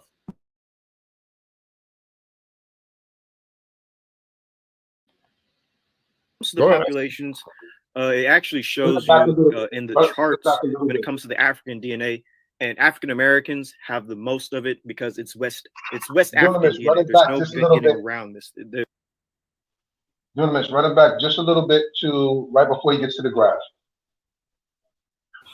And real quick before he hits play, the point that Ibri just made here when he compared the Luya to the Nigerian Yoruba DNA was that the same DNA that they find amongst these founding populations of Israelites, that's 3 to 5% sub-Saharan African, is also the same sub-Saharan DNA you can find amongst not only the Luya but also in the genetic signatures of West Africans, such as the Nigerian Yoruba. So that needs to be very clear. You got it, Dennis. Okay, so here's good. Yes, sir. All right. Or can you reread his statement for paragraph 2 and then come back to my paper? You got it. Just reread that really quick, and then we'll come right back to the paper, and I'll pull something else up. You got it, sir. So we're in question 2. Provide scientific-based research that is peer-reviewed that conclusively finds that West Africans are the descendants of common Jewish Israelite ancestors from whom they derive the majority of their DNA and ethnicity, rather than from the indigenous West African people groups, i.e. Congo, Western Bantu, Cameroon, Ghana, Nigeria, Mali, Senegal, and Ivory Coast. In other words, research supporting this claim. Thank you for that. So when it comes to the populations, it actually shows you in the charts when it comes to the African DNA, and African Americans have the most of it because it's West African DNA. There's no getting around this. They're using West African DNA when it comes to these populations. Now, what's interesting about this is that when it comes to the Iranian Jews and the Iraqi Jews, they have the oldest of this. So over here is the generations. It says estimated date of admixture generations. And right here it says 129 plus or minus 34. And then this says 153 plus or minus 22. Mm-hmm. And this is the Iranian Jews, just to show y'all. Right there. This is the Iranian Jews, and this is the Iraqi Jews. Iranian Jews and Iraqi Jews have the oldest African DNA when it comes to all these Middle Eastern and Mediterranean groups. I believe the next oldest is the Syrian Jews. If you highlight right here, it says 99 generations plus or minus 23, Syrian. And then after that, it is the Sephardic Greek. No, you're missing Northern Italy. It's pretty old. Let me see. Yeah, the Italian right here.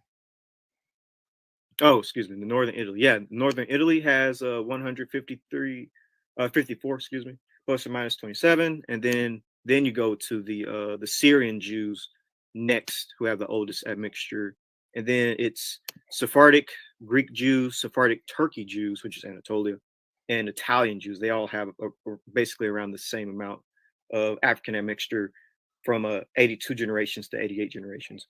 So they're basically showing you. I'm sorry, bro, but they're basically showing you here the same thing that was read out a little further up in the paragraph that the brother was reading. That during the Babylonian exile, around this time, we have the Iranian, we have the Iraqi. How many generations back this goes. So they're proving out just how far back this DNA goes. Exactly. And this is hitting head on what he wanted to know about Jews and African Americans and Black people.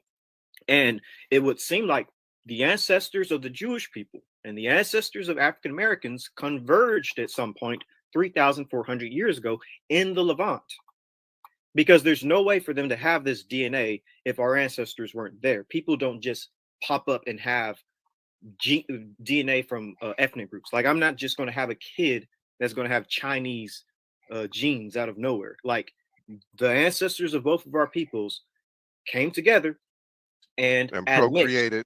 Yeah. Yes. To a significant extent, because it's scattered everywhere as far as Jews are concerned. Exactly. In all 8 diverse Jewish populations. Exactly. So just to push this point even further, I'm going to share another screen, but there's a paper that actually illustrates that that Bantu people and West and Central Africans actually have Levantine DNA. So I'm going to share this next screen. I believe this is it right here. Oh, excuse me, hold on. All right, share my screen. And this is another peer-reviewed paper, because that's all we do here at the YAP game. So this paper, once it comes up, all right. So this paper is titled Pleistocene North African Genomes Links Near Easterner and Sub-Saharan African Human Populations. So I'm just going to go ahead and type in the specific part of the paper that's relevant to us.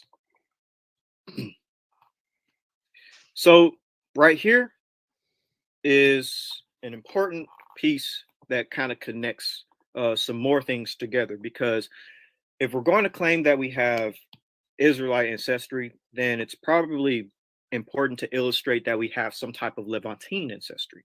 And it turns out we do. Again, from this paper, it says that a more recent link is the spread of Bronze Age Levant-like ancestry in sub-Saharan Africa, together with agriculture during the Bantu expansion.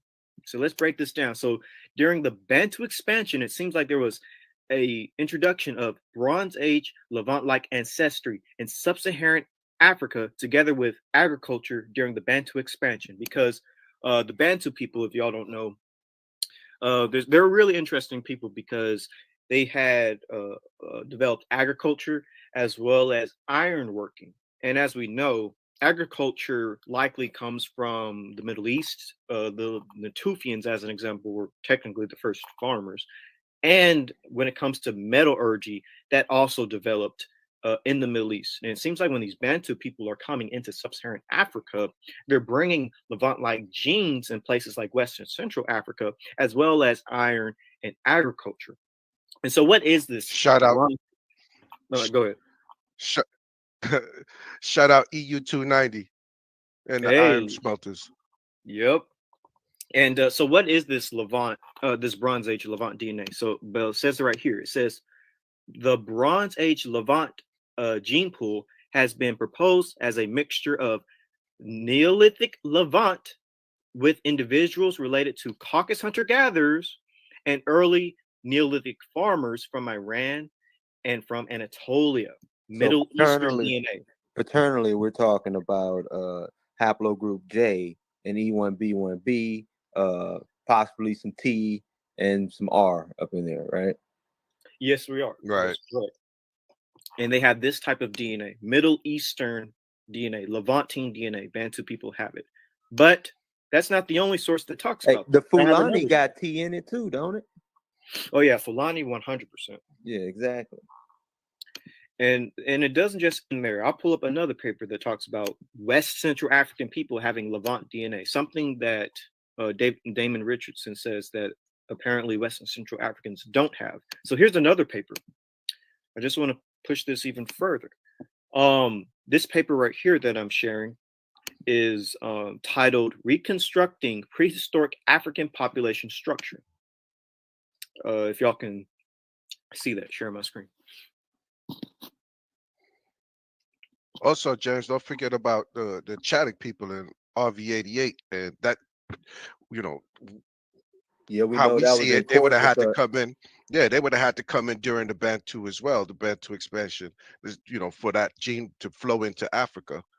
And to point out two historical things, we do know that Herodotus speaks of how Nico II commissioned Hanno the Navigator to colonize the rest of Africa with the overflow that was coming from all the wars and stuff that was going on in the Levant.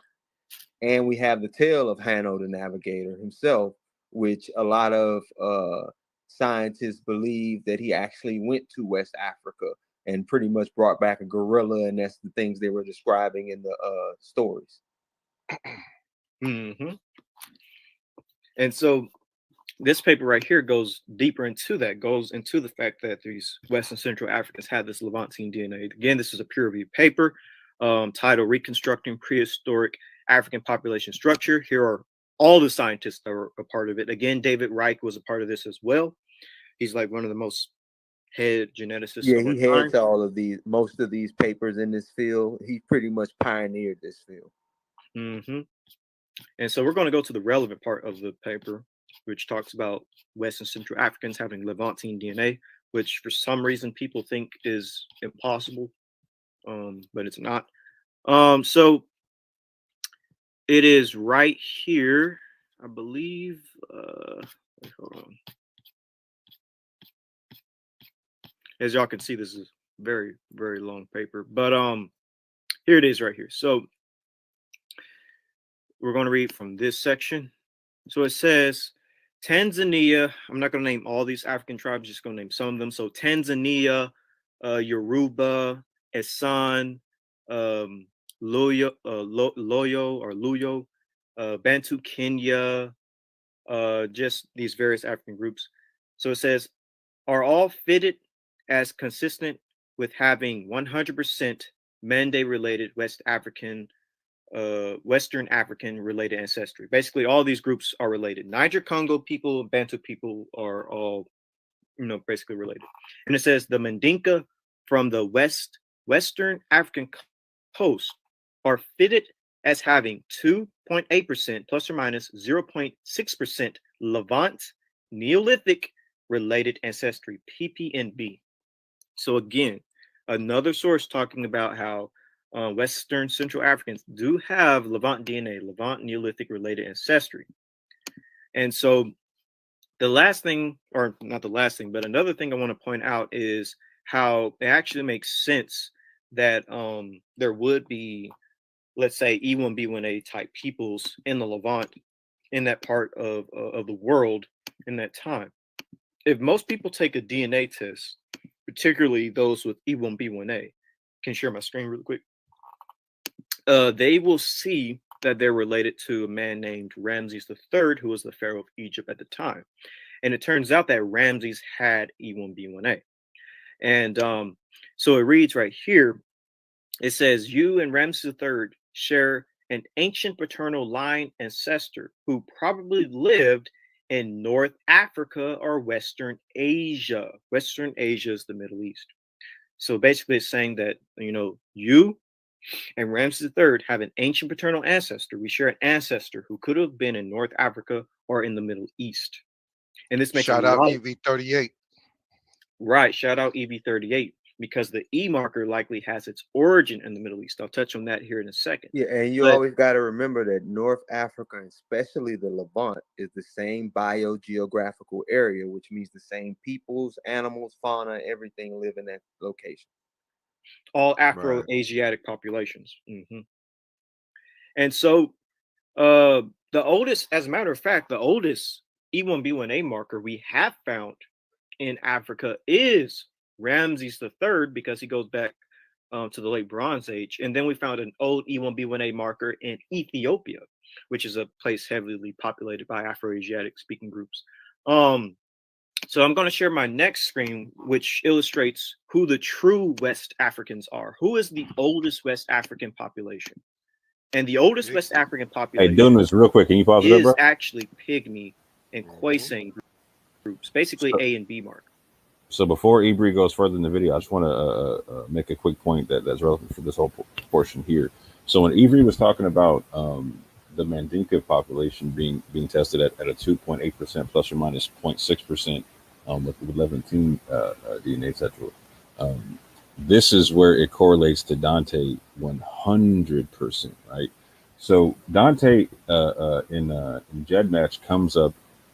He comes up Mandinka quite often in a lot of different portions and calculators and GEDmatch or whatnot.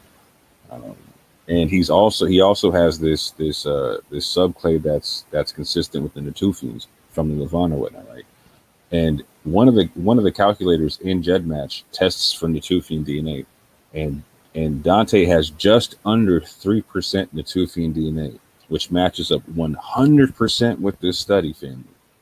So when Dante literally says he is the receipt, I have to give it to him. Okay? He is 100% the receipt here. He's literally living and breathing proof of what this study says on our side of the waters. He's a brother who connects to the Mandinka people genetically, right? But also has a haplogroup that goes back to the Levant and has a Levantine connection at just under 3%, like the Mandinka people in the study have. So I just want that to be clear, fam. You got it.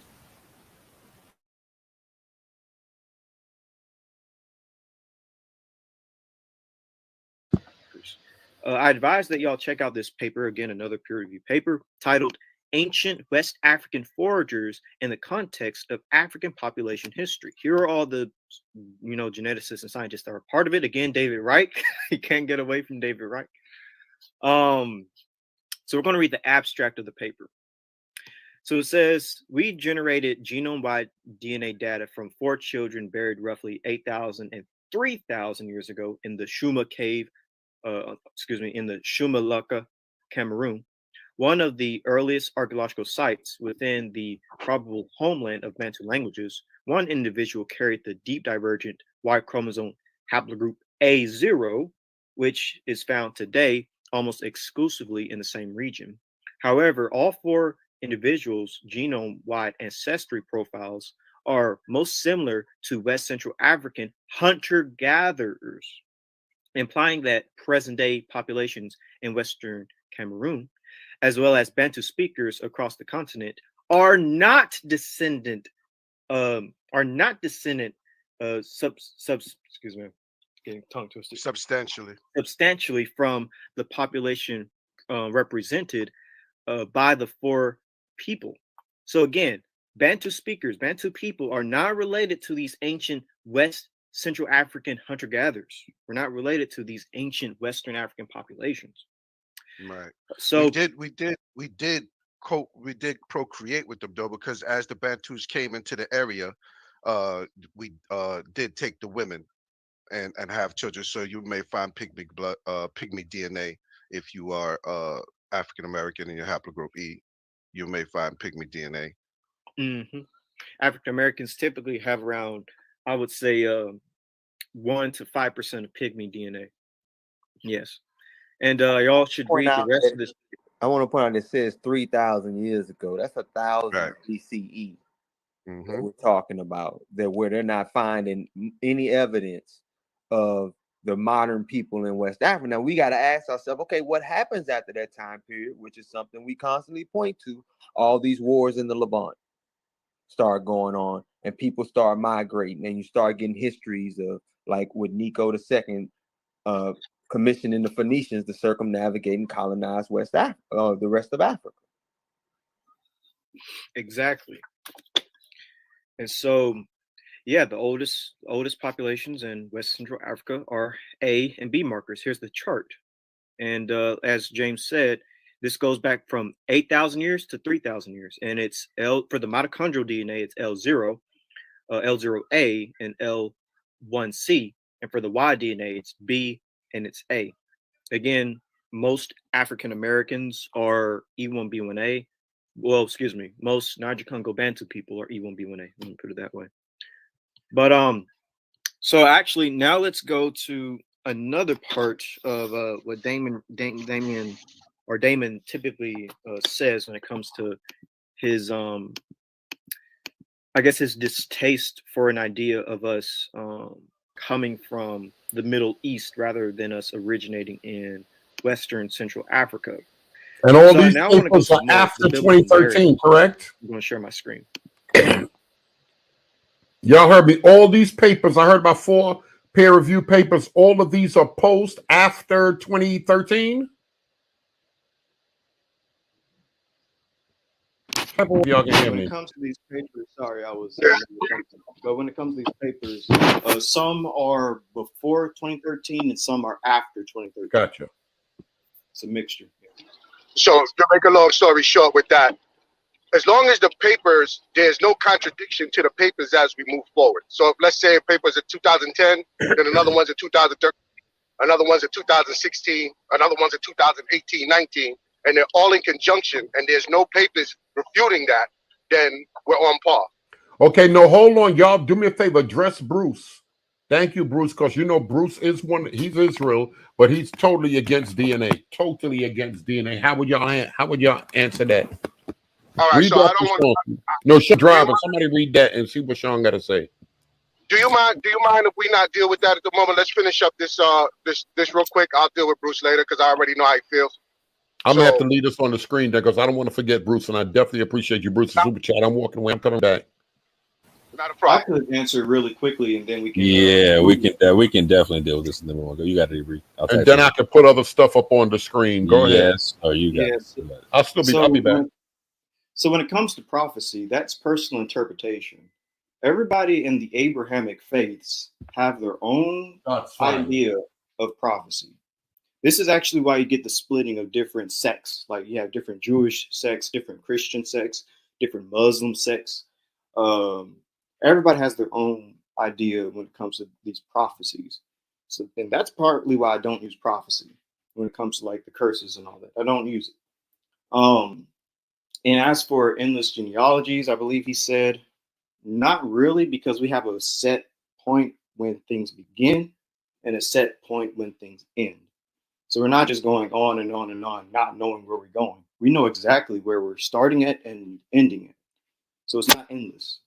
As a matter of fact, technically, you yourself, Bruce, are dealing with genealogy when you claim that you're an Israelite. You're claiming to descend from the ancient Israelites, going back to Jacob. That's a lineage. That's a genealogy. And plus, genealogy is mentioned all throughout the scriptures, like Genesis chapter 10. That's dealing with genealogies. Obviously, the Israelites recorded genealogies from Adam to Noah, Noah to Israel. So, yeah, I don't know what you mean by all that. And also, the science that we're dealing with is not hypothesis or theory. Again, haplogroups are sex-determining chromosomes. Unless you believe, Bruce, that non-binaries exist, which I'm pretty sure you don't believe, when it comes to Y-DNA, the men carry an X and Y chromosome, and women carry an X chromosome. Haplogroups literally is what makes a man and a woman a woman. So unless you're saying that this gender and sex and stuff isn't true, then you have to believe in some form of DNA. And also DNA, if we study it right. I'm sorry. Do me a favor. Do me a favor. Do me a favor. Where Dunamis? You there? Or you don't walked away? Yeah, I'm here. Or Leo. Read it nice and slow. I want to make sure that they're hitting Bruce's answer. Read that nice and slow. Then we're gonna get right back into it. Okay, Read what Bruce just said. I'll go through it. Constant DNA debates, endless genealogies, 1 Timothy 1 and 4, continuous back and forth, nothing but confusion, speculation, hypothesis. Science will change again. That's all this DNA stuff is. Stick with true history, the curses, the prophecy, Old Testament and the New Testament. I want to say something real quick. So I see Bruce is always in there, on Berean and going back and forth with Israelites and Christians. Is that not endless? This has been endless. So I'm not, that caused confusion as well. So I'm not really understanding. That's why I didn't want to answer his question, because I already dealt with him the other day on that. He can believe what he want, do what he want to do. That's fine. We up here doing our thing right now. When we finish, you come back on tomorrow or after we finish and you say what you have to say. I yield. Yeah, I got no issue dealing with Bruce and whatnot. And so you can actually go back on two previous episodes or a couple previous episodes on Berean and whatnot, see me agree dealing with Bruce and whatnot. And Bruce is 100% special pleading him because he's pretending like he doesn't deal with DNA, right? Again, Ibri pointed out the fact that he does deal with genealogy when he claims to be an Israelite. And we were on here the other day going through scripture where he actually claimed that there was a paternal genealogy of Jesus in Matthew and whatnot, and that was okay because that was not endless. It was going to a point. And so I brought out the concept, like, is it unbecoming of an Israelite to reconcile themselves via the genealogy, as it literally says in the scrolls? I pointed out a scripture form that said that. I believe in the book of Chronicles, I think it's chapter 9, verse 1. And so he had to agree. Like, again, he didn't want to agree, but he couldn't disagree with the fact that, again, like, it's not unbecoming of an Israelite to reconcile themselves via genealogy. That's not endless, right? And again, we're not talking about being like genetically superior. We're not talking about nothing like that, right? We're using genetics, right, to actually reconcile genealogy and whatnot, right? We're using genetics to connect ourselves to Levant, where other people are telling us we have no connection to Levant. We're trying to clear things up with that, right? But another way that Bruce uses genetics, and he didn't want to acknowledge this, was that he uses genetics when it comes to phenotype. So again, phenotype is genetic expression. No matter how you slice it, it is genetic expression. And so he wants to say people are or are not Israelites based upon genetic expression of their skin tone and their phenotype. Right? Again, I gave him the scenario of, if I have a child, like my father is 93-94% sub-Saharan African, I'm half, etc. If I have a child with somebody who's European or not African descent or not black or whatever, they're going to have another phenotype. I gave him the scenario of like 3, 4, 5 generations down the road. My people are mixing with Europeans or whatnot. My great grandchildren are going to be proper blonde hair, blue eyed. I said, are they considered Negro in Israel? He said no. Ibri then hit him with the flip scenario of, okay, let's say that they've been mixing with Hamites for the same amount of time or whatnot, and they're still phenotypically black, but they're autosomally Hamite and not Israelite or whatnot. Are they still Israelite? He said yes. Right. So he's special pleading with using phenotype and genetics and whatnot, and pretending he doesn't use genetics. And he literally came on the last time we were on. He came on and said, is not genealogy the base of genetics? And we said, yeah. We agreed on the concept that genealogy and genetics are the same thing, and it's okay. It was okay to reconcile your paternal genealogy as an Israelite. With that, I digress. Also, he likes to use Paul, but didn't Paul reckon himself by his genealogy? He sure did. Did he not say what tribe he was from? All right, exactly. So I don't want to keep going on with Bruce about this.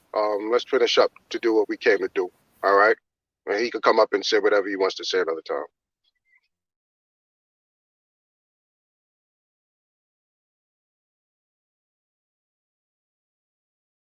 According to the scriptures, there was a global flood, and everybody died in the global flood except for Noah and his children, Shem, Ham, and Japheth, and their wives. And according to the biblical narrative, the ark was supposed to have rested in the mountains of Ararat.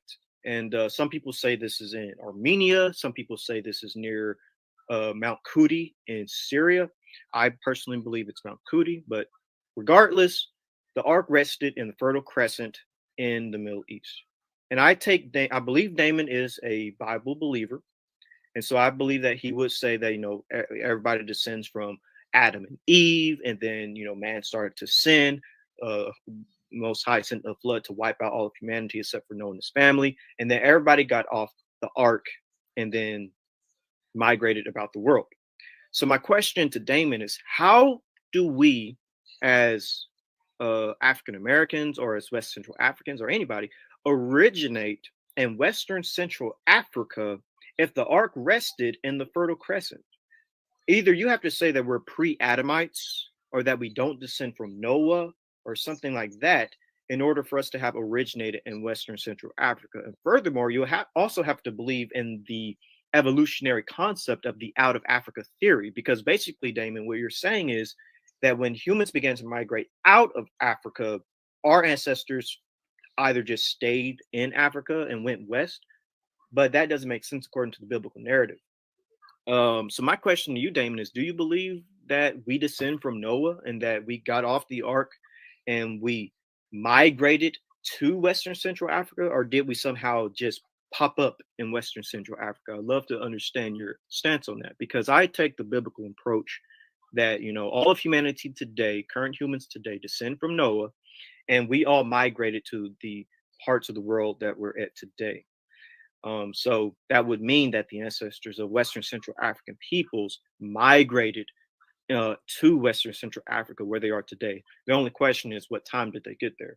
So I would like to for you to answer that question. Yeah, I gotta bag you up on that, because we know the lands that are outlined in Genesis 10 for the sons of Noah to spread out and spread their seed. So which land do our ancestors come from? It can't be West Africa, because that's not mentioned in there.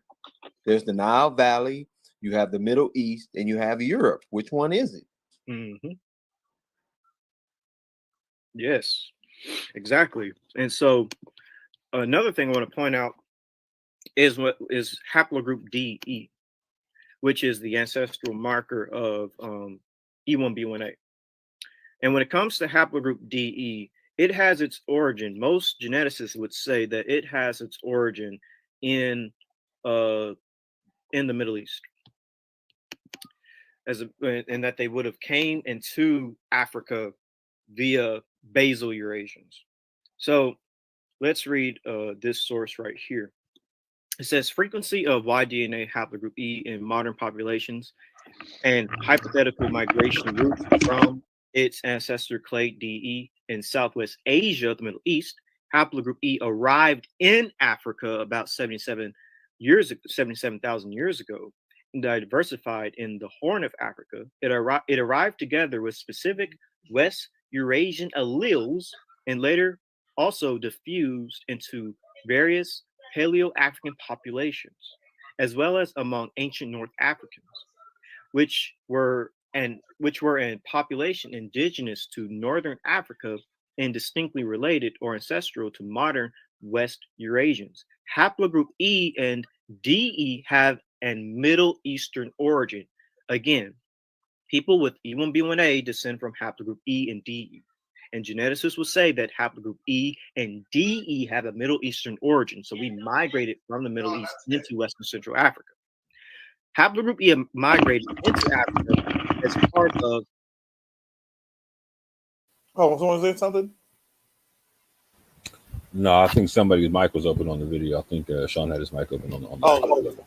Yeah, that was my mic on the video when we did the live. A massive migration of basal Eurasians, ancestral West Eurasians, and then diffused and diversified within Africa, specifically the Horn of Africa, Northeast Africa. Haplogroup DE next to CF were the basal Eurasian lineages which expanded from the Middle East. The common ancestral haplogroup Y-DNA Adam is suggested to have originated somewhere in the Middle East or the Iranian plateau. Massive Eurasian migration and following admixture created the many different African populations of today and are the reason for the high genetic diversity observed in sub-Saharan Africa. In other words, modern Africans, sub-Saharan Africans, formed from indigenous Paleo-African groups and intrusive Afro-Asiatics, Basal Eurasians, and ancient North Africans. Finally, there is the fact why haplogroup E is dominant among non-hunter-gatherers in Africa, and it is within the Eurasian clade DE. Again, haplogroup E is Eurasian. While indigenous African hunter-gatherers belong to haplogroup A, A00, and B. So the more indigenous Africans would be haplogroup A, 00, and B, not E. And again, E1B1A descends from E. So, with that being said, we would actually postulate in the YAP gang group that Shem would be haplogroup E. And part of this is because of certain ancient populations. Yeah, the power group. Yeah, the power group, DE. Yeah, the power group. It would be both, yeah. And the reason we say this is because of certain ancient populations, such as the Natufians. When it comes to the Natufians, it's believed that they are the ancestors of Semitic people. And the Natufians had haplogroup E. Let's read this. This is from the book In Hot Pursuit of Language and Prehistory, and it reads, this paper makes an additional inference, since there is archaeological and physical anthropological reason to believe that the Natufians were related to modern Semitic-speaking peoples of Levant. Now, what haplogroup is the Natufians? The haplogroup of the Natufians is haplogroup E. This is from the paper Paleolithic DNA from the Caucasus Reveals Core of West Eurasian Ancestry, and it reads, such a scenario would also explain the presence of Y chromosome. Hey, Berean, are you there? Oh, he might say. I just real quick, I just want to point out Mr. Blacktastic what he put in the chat. The curse of Deuteronomy 28 are not DNA evidence that prove ancestry, nor are they indisputable prophetic markers for identity. It seems only blacks in the U.S. wear curses proudly as their ID. The next thing he said, if the curses of Deuteronomy 28 are your claim to Israel, then it shows that you are descendant of covenant-breaking sinners. Focus on getting back to the blessings, verses 1 to 14, and repent. Amen. Hashtag shots fired. Chromosome haplogroup E in the Natufians and Levantine farmers, a common link between the Levant and Africa. And as a matter of fact, it's believed that haplogroup E is really the founder of Afro-asiatic peoples. But I'm not going to go too deep into that. I also, actually, I will go into that. I actually want to illustrate that the Proto-Afro-Asiatic language group and people would have had haplogroup E. But let's just reaffirm ourselves with the Natufians. This book, which is from Cambridge, says, given the modern distribution of Semitic languages over the area in question, which belong to the larger Afro-Asiatic family, it seems appropriate to suggest that these first farmers of the Levant and their Mesolithic predecessors, including the Natufian culture, were speaking a Proto-Afro-Asiatic language. It may be that Proto-Semitic continued to develop within the Levant and Syria area, since both Ebelite and Akkadian early Semitic languages are there attested early, the former around 2400 BC. And so just to show you the haplogroup that's believed to be Afro-Asiatic, this is, again, from a peer-reviewed paper, Y chromosome E haplogroups, their distribution and implication to the origin of Afro-Asiatic languages and pastoralism, it reads, the Proto-Afro-Asiatic group carrying the E-P mutation, by the way, haplogroup E1B1A descends from E-P2. So it says the Proto-Afro-Asiatic group carrying the E-P2 mutation may have appeared at this point in time and subsequently gave rise to the different major population groups, including current speakers of the Afro-Asiatic languages and pastoralist populations. So the ancestors of Afro-asiatic people would have carried haplogroup E. And it actually makes a lot of sense if you look at. Real quick, Avery, make sure that everybody understands that EP2 is that E1B1A and E1B1B would come from EP2. Yes. EP2, also known as E1B1, is the father of E1B1A and E1B1B. And it actually makes a lot of sense that haplogroup E, that Afro-Asiatic people are haplogroup E, because if you look at a simple distribution map of Afro-Asiatic languages, it actually overlaps perfectly with haplogroup E. As a matter of fact, here's a chart showing everything together. Right here is the distribution of Natufian DNA. This is the distribution of haplogroup E, so specifically E1B1B, and this is the distribution of Afro-Asiatic people or languages, and it all overlaps beautifully. Now, another thing I want to touch on before I end off is Dante Forson, because as he said in his video, he is quite literally the receipt, and Moore's going to touch on this as well. But Dante carries the haplogroup known as E-M34. Is that correct, Moore? E-M34. He's EL29, so he's EM84. He's a subclade of EM34. Okay, he's a downstream of it. Yep.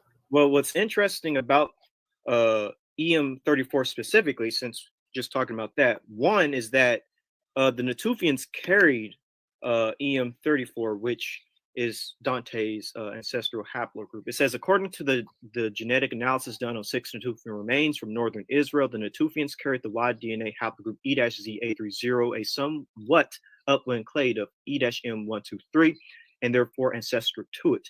The Natufians were one of the first settled peoples in the world and may have contributed to the domestication of certain crops and thus the advent of agriculture. The discovery of E-Z830 without other clades suggests an indigenous presence in Canaan and Israel that predates all other clades, which are not known to have existed in the region at the time, 10,000 years before present.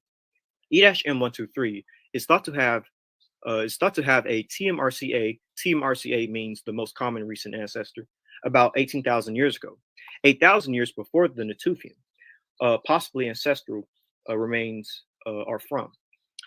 Haplogroup E1B1B2 has been found in 75% of the Angazelle population, along with 60% of PPNB, pre-Pottery Neolithic B, populations circa 8,800 through 6,500 BC.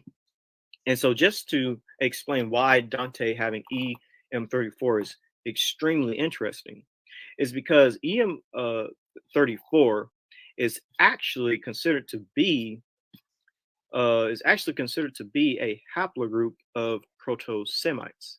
I'm going to try to find this, and then we'll end off here and go to more. And so let me just show this really quick. I'm going to back out of here, go back here. But just as Dante said, he quite literally is the receipt, because one, his haplogroup is part of the Afro-Asiatic, typical Afro-Asiatic haplogroups. And if you go to eupedia.com, titled haplogroup. So you want to address this on the chat? Question. So E1B1A and E1B1B is Israel, and are Somalis Israelites also? This is what's interesting about the concept of the mixed multitude after the Exodus. You could actually have a mixture of E1B1As and E1B1Bs, as well as other haplogroups, but let's just stick with these two. You can have a mixture of E1B1A and E1B1B Israelites in the nation of Israel. And are Somalis Israelites also? I haven't studied the Somalis, but I heard of a people called the dang, what's their name? The Yari. You're thinking about the Ibir. Yeah, the Ibir. Yeah, they seem to have some Jewish ancestry. So, but yeah, did you want to take on that question more as well? Yeah. So just to touch on the Somalis, there's literally Somali people that have EL29, like Dante's exact DNA, right? So they literally have downstreams of the Natufian DNA, right? So they have definite ties to Levant. And there are some people who have traditions of Israelite ties in the Somali population. That's not to say the entire Somali population are Israelites. And just to be clear, family, we're not, just as a caveat and a disclaimer, we're not making the claim that all of West Africa is Israel via these papers or whatnot. We're not making the claim that that all of East Africa, all of Sub-Saharan Africa are Israelites based upon these papers. We're making the claim. All African Americans. Yeah, or all African Americans are Israelites. We're making the claim that we share DNA that can also be found within the founding populations of the Israelites 3,000 or 4,000 years ago, etc. So we want to be very clear about that. We're not saying that everyone is the same thing here. We're saying that these people share a DNA that goes back a certain period of time, and it's also DNA from the Levant that comes into West Africa. So those are the claims being made here, and we want to be very clear about that. And Ibri's showing papers that deal with genetics and linguistics that back up the same concept. What you got to say? Are you claiming that E1B1A slash E1B1B are? I'm assuming you're saying are Israelites. There are sub. Yeah, go ahead, Mo. You got it. You got. I'll yeah, there are subclades. I want to say something real quick too. My bad. What? God. Yeah, there are definitely subclades that are of Israelite origin, and I'm actually going to lay out a few here in this video. So yeah, there's definitely various E-clades in the Levant that are of Israelite origin. And again, like I said in the video, in our model, we believe that the biblical Shem is haplogroup EE. So Abraham would have to be Abraham, Isaac, and Jacob would have to be a downstream of haplogroup E, one of the subclades. You got it, OG. I just want to add this little caveat too. So we also believe, because mutations are random, that the Israelite population may have been haplogroup E1B1, subclades of E1B1A and E1B1B, along with Esau, Ishmael. You would find subclades of E1B1A and E1B1B amongst them, as mutations are random. 100%. And there's another question, and the question: if there's a DNA test that says specific Levant Israelite from 500 BC, would you consider those people Israelites? If we find remains and we know for a fact that these are Israelite remains, then sure, I would say that these people will be part of the nation of Israel. Slim, you had a question for one of them? Yeah. Go ahead. Mr. Black Tastic, don't come in here talking that sense and making these people head hurt. Don't try to make them think. These folk don't want to think. Stop it. Stop your nonsense right now. Go ahead, Slim. I just wanted to try to see if I was getting this correctly. Are you guys saying that you're testing DNA from Abraham and comparing it to people's DNA now, people who get their DNA test now? You don't mind if I answer that? Yeah, you can go ahead. All right, so as we don't have the DNA for Abraham, I said this the other day, and I know we're filled in a lot of questions right now. We barely come up here, so I want to really get through this. I don't have a problem with answering questions, but a lot of you guys are always over here. So we just really want to get through this video because it's kind of long. But to answer your question, repeat your question one more time, bro.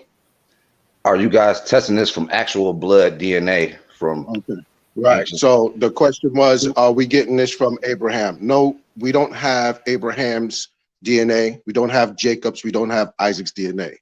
But we do know that there are people that actually live this culture. That we have material culture from people living in the Levant area.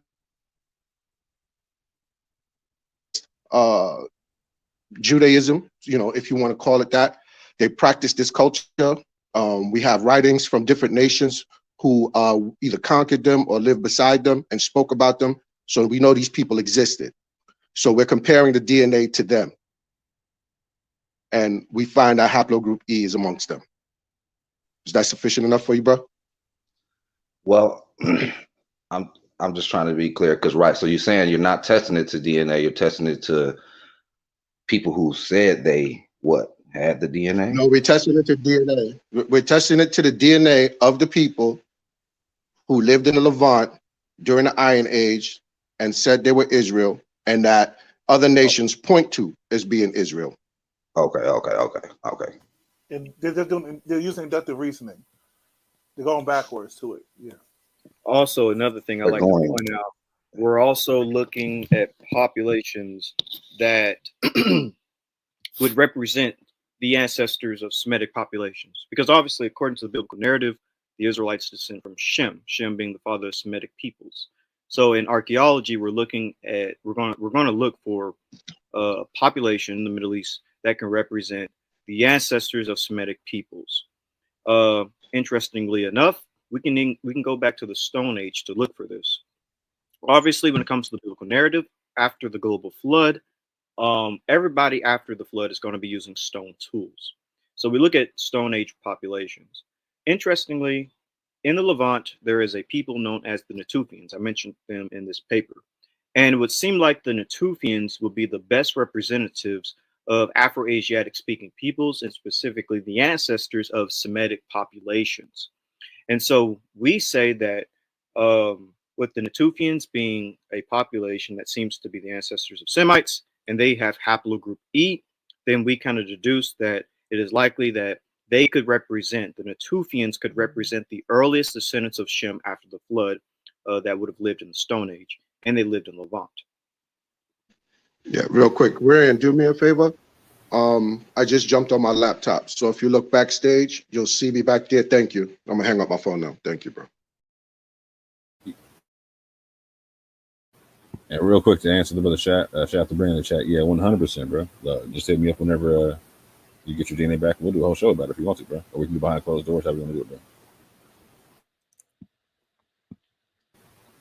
All right, that's you on Dunamis. Who controlling the video? Yeah. No, I'm playing back. No, I just they're answering the question.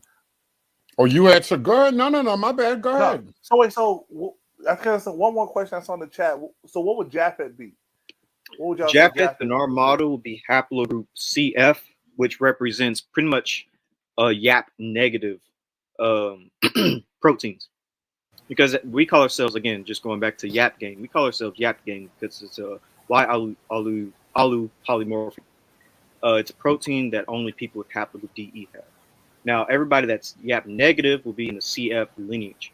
And basically 90% of haplogroups, Eurasian haplogroups, are CF or under the CF branch. And so let's bring it down to earth for people a little bit. Like, so if you're taking a 23andMe, it's not going to say CF for you, right? Like, so what major pair, what other major pairings or pair groups are you going to find and haplogroups you're going to find under CF? I think every block G. Haplogroups such as R more is like specific haplogroups. No, like run me through like the I, J, K, F. You know what I'm saying? Yeah, I have a phylogenetic tree up. I'm really not trying to get sidetracked here, but I have a phylogenetic tree and I could show it. So this isn't getting sidetracked, OG. Like, really, this is actually a good part to we don't have to go through the rest of the video because at this juncture we're just going to get into the part where I go into the. No, and to be honest, Sean don't know. A lot of people don't know the basics. Right. All right. So what's the simplest video you think y'all got on the subject? We can play just a little bit more, and then we can stop. There's a section you can stop at. You can stop at 1 hour and 2 minutes, which is like I think 10 minutes. Oh, yeah, or 5 minutes. Yeah, because we got to break that. Because I think the next question a lot of people bring up is the haplogroups of Shem, Japhet, and Ham. Right. So in our model, is going to look like A and B is going to be Ham, Shem is going to be DE, and then Japhet is going to be again. It's like what the brother was talking about, like the CF and below, but it's going to turn into like the I, J, K, F, G, etc. Can I show them a phylogenetic tree, bro? Yeah, bring out a share screen. Oh, you want to? Okay, yeah, go ahead. Yeah. And then one last thing. What would y'all speculate Adam's haplogroup to be? The first man. Personally, everybody in YAP game might have a different opinion on this, but personally, I would say that Adam had no genetic mutation because, again, what is a haplogroup? It's a genetic mutation. So I would say Adam didn't have a genetic mutation, but rather, most humans today, or all humans today, our most common recent ancestor would actually be Noah and his wife. They, in a sense, would be our Adam. They are our most common recent ancestor. I would say AOO. That's my personal opinion. Yeah, and I'm more so in agreement with Ibri on that one. In terms of a haplogroup being more so like a measure of a mutation and whatnot. So I'm not so certain that that Adam would have had a mutation like that. I think he might have had like perfect DNA potentially. But science will prove that one out. Okay, so with that, just follow up. So would you say that Christ would be similar to Adam in terms of that? Hey, bro, you getting it? Perfect DNA, untarnished man, pure blood, all that kind of same like that. Hey, you know the crazy thing though? Check this out. So, for those of you that believe in the virgin birth, this is where things get interesting. So Jesus wouldn't have a Y DNA haplogroup. He would come from his mother Mary. So he would carry his mom's MT DNA. What does the scripture say? By the seed of the woman will the man crush, the serpent's head. Correct. That's very, it gets kind of interesting, but I won't get too far into that. No, you're going good because Christian doctrine, the blood of Christ, taking on his blood, all that kind of stuff, becoming a new man, all that kind of thing. The second Adam. Yeah. Hey, so it's interesting, but they don't like that though. Yeah, I'm ready to share my screen. You can take my screen down and share Sean Harris.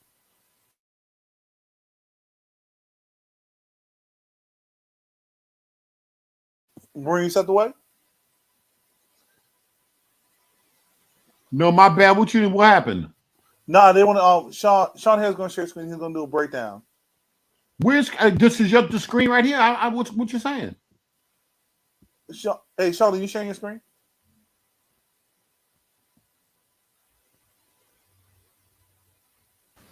Oh, gee, you sharing your screen?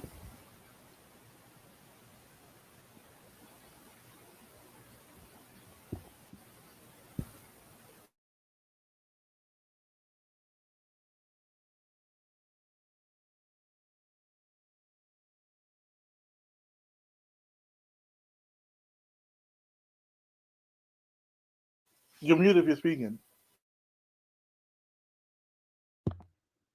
Dunamis, you got to text me. I'm a little. I don't know what's going on. Damn it! Hold on, I just lost it again. Hey, it's up there. Yeah, oh, there it is. Okay. You're going to break down of the DNA. So you see the CF over here? This is what we would consider Japhet. So CH lineages are all over. You have to move the banner, bro. Hold on. What is Bruce saying? He ain't. He talking about the whole. I gotta put the super chats up. Certain stuff I gotta put up here, but I'm trying to move around. Just all right, read but that I can't idea. show. Bro, I can't show the phylogenetic tree. Somebody asked a question. Sean, it can be seen clearly even with the banners, bro. Like so everyone can see the DE on the left, and the CT like Yeshua talks about like the potential CT character, and then we see the CF lineage, right? And CS breaking down into C, FT, GHIJK, HIJK. IJK, K, you see all these little breakdowns off of that. Like the majority of haplogroups that are in the world come off the CF lineage and whatnot, right? So we're saying in our model, the majority of haplogroups that you're going to find in the world are going to be off the CF lineage or off the Japhetic lineage and whatnot. We're saying that in our model, we're saying that the Shemitic lineage is based off of DE and that the Hamitic lineage is based off of AB, etc. After the video, I can pull up my. Also, you start to see that most of these phylogenetic trees always have 3 nodes coming off of 1 after the bottleneck, and we would consider that Noah and his 3 sons. So it's always set up this, particularly in a 3-node situation. Some may have lettering different, but it'll always start off with a 3 node coming from 1. A you. After the video, I can pull up my chart that I have when it comes to the breaking up of Noah's sons. That can might also kind of help. But just play like 5 more minutes of it, and then we can get to the meat and potatoes of questions. That's the same other one, right? You know what? I'm convinced some of y'all, if y'all not really thorough in DNA, don't get up here and don't try to argue with these guys just because they're Israelites and you're just against Israelites. Some of y'all are just against Israelites. Even if you don't know nothing about the information, y'all just want to bang just to bang because the people claiming Israel. That's the only reason. I don't know. It seems more that some that claim Israel banging on DNA more than the non-Israelites. I could be wrong though.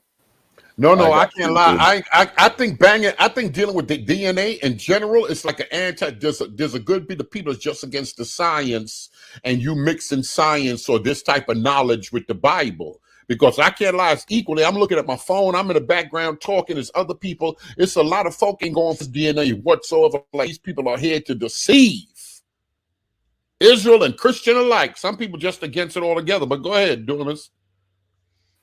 More, you were saying something before I start back? I just can't believe this is the same thing to get people out of the penitentiary, get people paying child support, and y'all are against this. I don't even understand. I don't understand Bible people no more. I don't care what side of the fence y'all on. I just don't understand Bible people anymore. Go ahead. I'm muting myself. All right. More, you good? I can play? All right. Yeah, no, I'm straight. All right. Group E1B1B, it says E-M34 is the main Middle Eastern variety of E1B1B and is thought to have arrived with the Proto-Semitic people in the late Copper to early Bronze Age. And this is important because the latest papers dealing with Semitic people say that Semites have a Levantine origin.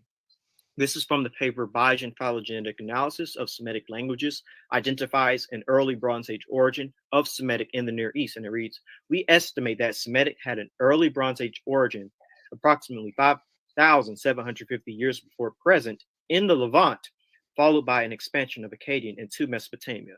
And a Semitic origin in the Levant is very important because, as we know, the Natufians have a Levantine origin or were in the Levant again.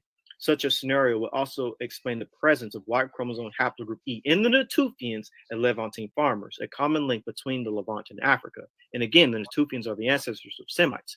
This paper makes an additional inference since there is archaeological and physical anthropological reason to believe that the Natufians were related to modern Semitic-speaking peoples of the Levant. And again, E1B1A and E1B1B are both related. They are both brother clades. And E-P2 is believed to be the Proto-Afro-Asiatic haplogroup, meaning that both E1B1A and E1B1B fall under that Proto-Afro-Asiatic belt. And with that, I conclude. If I may just say something real quick, I just want to do a quick review that we're directly answering this question as it pertains to West African ancestry being in connection with the ancient Israelites by giving him an article which directly states it, and by supporting it by showing a strong connection between West Africa and the Near East, as Ivry just went over by showing DNA connections and pretty much an ancient link between EP2, which is the pretty much foundation of Semitic speakers, and West Africans who descend from EP2. Actually, I have one more thing I'm going to say before I end off. Also, I'm going to share my screen really quick. Sorry about that, More. I got one last thing I got to say. So, also, we don't, like Moore said, we don't believe that Jews are the descendants of Khazars. We believe that Jews are descendants of Israelites, especially those with haplogroup E. And haplogroup E has the greatest chance of being the Israelite marker, not only because, like I said earlier, about it being Afro-Asiatic and Proto-Semitic, but when it comes to Dante's haplogroup and just Jewish people in general, many geneticists would actually state that it is a Israelite marker, and that Jewish people carry haplogroup E as a founding haplogroup. For instance, If you go to YDNA haplogroup E, E1B1B and E1B1A, excuse me, sorry, it's blurred. It's going to clear up here. It says this haplogroup has a long presence in the Near East as well, as demonstrated by its occurrence in ancient remains in the Levant and mummies in Egypt. Today, a significant contingent of Ashkenazi, excuse me. No, go ahead, bro. I'm sorry. Of Ashkenazi 20% and Sephardi 30% Jews belong to a specific sub haplogroup E-M215, defined by mutation E-M123, supporting this as a major founding lineage of the Jewish people. Again, haplogroup E is a major founding lineage of the Jewish people. And 20% of Ashkenazi Jews and 30% of Sephardi Jews carry haplogroup E. So really, when you combine that 20% and that 30%, that's 50% of European Jewry with haplogroup E, when you think about it. And just to push this point even further, haplogroup E is seen as a haplogroup that is of Israelite origin. And I'm just going to read this one final quote, and then we'll end off here. Because I believe people need to understand this, that haplogroup E is definitely up there as a Israelite marker. And there are papers that literally discuss this. I'm going to see if this is it. All right, so I believe this one might be it. It says, in fact, the title of the paper, A Mosaic of People, the Jewish Story, and a Reassessment of the DNA Evidence. And it says, in fact, the best candidate for possibly E3B Israelite ancestry among Jews is E-M123. This subclade occurs in almost the same proportions, approximately 10 to 12%, among both Ashkenazim and Sephardim. According to Cruciani in 2004, E-M123 probably originated in the Middle East. It is found in large majority of the population from that area, and then back migrated to Ethiopia. Yet, again, another back migration with haplogroup E. Anyways, it says, yet the fact that both Sephardim and Ashkenazim possess this subclade in similar high frequency supports an Israelite / Middle Eastern origin. So we have no issue with Jewish people descending from Israelites, because many Jewish people have haplogroup E. And again, haplogroup E is seen as Afro-asiatic and Proto-Semitic. We have nothing against the Jewish people. And by the way, even Jews who don't have haplogroup E, let's say that they have J, I'll also say they're descendants of Israelites, because Israelites were among various peoples. We know of the mixed multitude in the Exodus, and people joined the nation all the time. So yeah, we amalgamated a lot of people that we were fighting around us. There's even 2 Canaanite nations that we made treaties with, which pretty much made them part of our nation. So we have to acknowledge the presence of outside DNA within the Proto-Semitic spectrum, I guess I'll say. Mm-hmm. Also, is that the evidence points you see them there. You see haplogroup J there. During from the Bronze Age down, you see them involved with Israelite culture, so it's no denying that they were there. That's something we won't do. And exactly. You can end right there. And now I'll give it over to I think more. So that's the meat of it. And again, you can go to the YAP Gang Scholarship channel if you want to watch the beginning of this video and the end of this video. The beginning had more speaking about us between Damon and our interactions on Facebook, and the end deals with Dante's DNA, where more is about to get into Dante's DNA. So check out the YAP Gang Scholarship channel if you want to finish the video.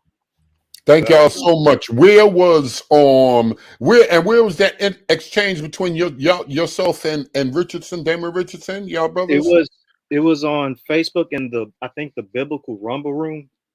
Or the BRR. Y'all familiar? Most people here should be familiar with the Biblical Rumble Room. But hold on, Bruce is here. Bruce, I know you want to address that. Go ahead, Bruce. Can I say something real quick? Before Bruce start? I want to say this. So we pretty much answered a lot of questions. We went through about 4 papers, couple of books.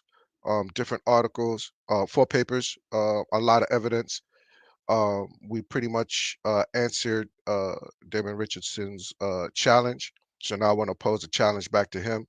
I would like him to find us a sample of haplogroup of E1B1A in West Africa over 3,500 years old.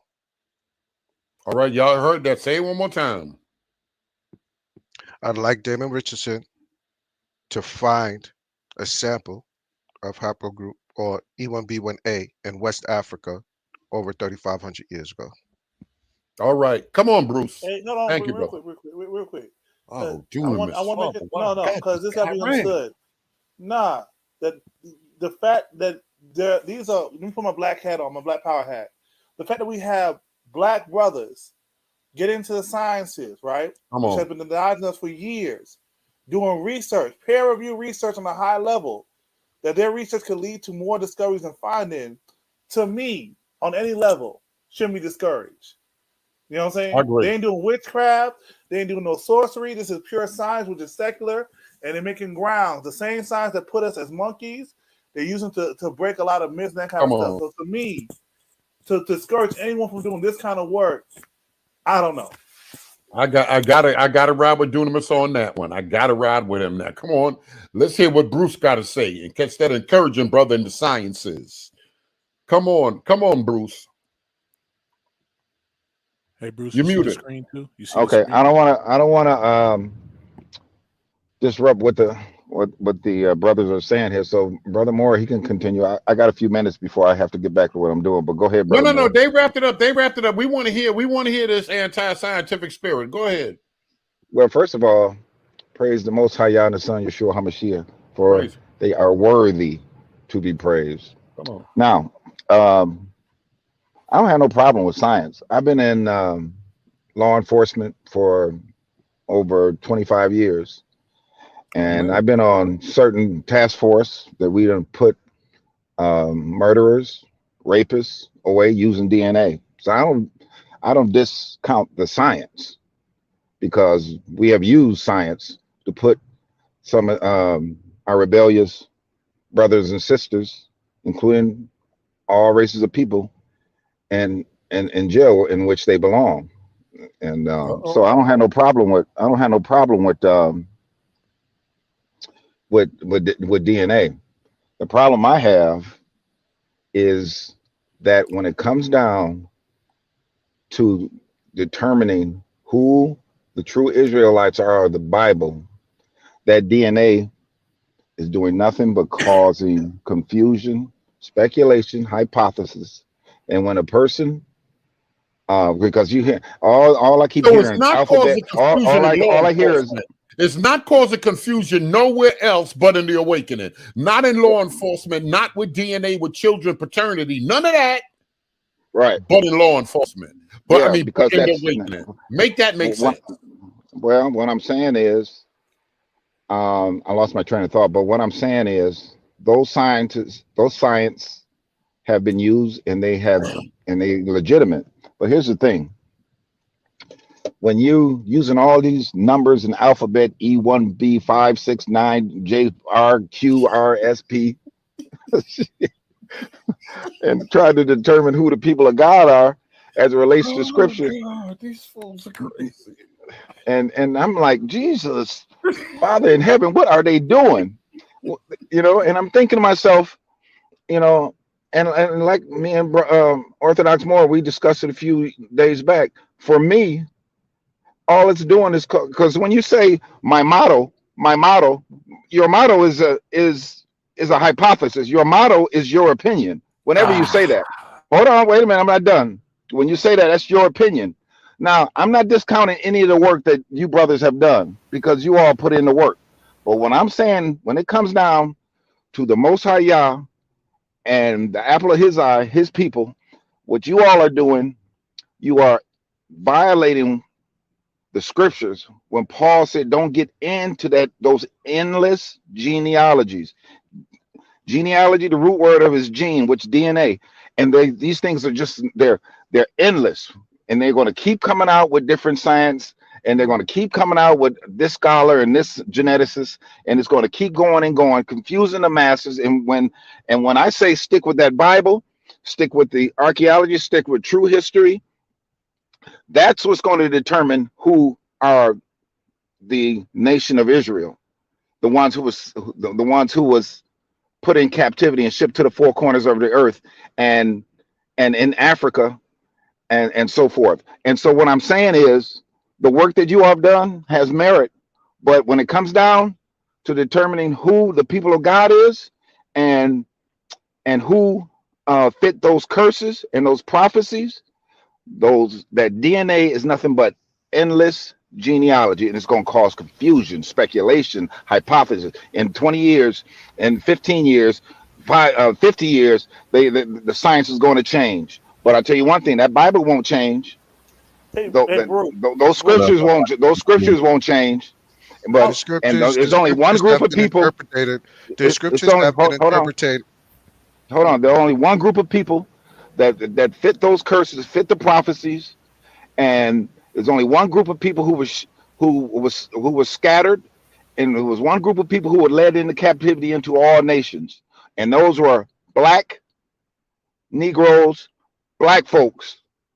And so that's what I have. And going over to Brother Orthodox Moore, when he said that I said that if he have a son and he have a baby and all this other stuff. Well, no, what I'm saying is, in that point, Brother Moore, is this: because the white supremacists have done this, the colonizers have done this multiple times all over the globe. And you know what they did? Like they did to the indigenous people of Australia and Brazil, and when they committed bronchiomento, and when they just whited out countries and people groups all over the country. And so what I was saying is, if you have a black son and that person have a baby by a white woman, or it could be a white man, white woman, after 4 or 5 generations of, if that person marries another white person, and that grandson marries another white person, and that person, after 4 or 5 generations, that person has been whited out.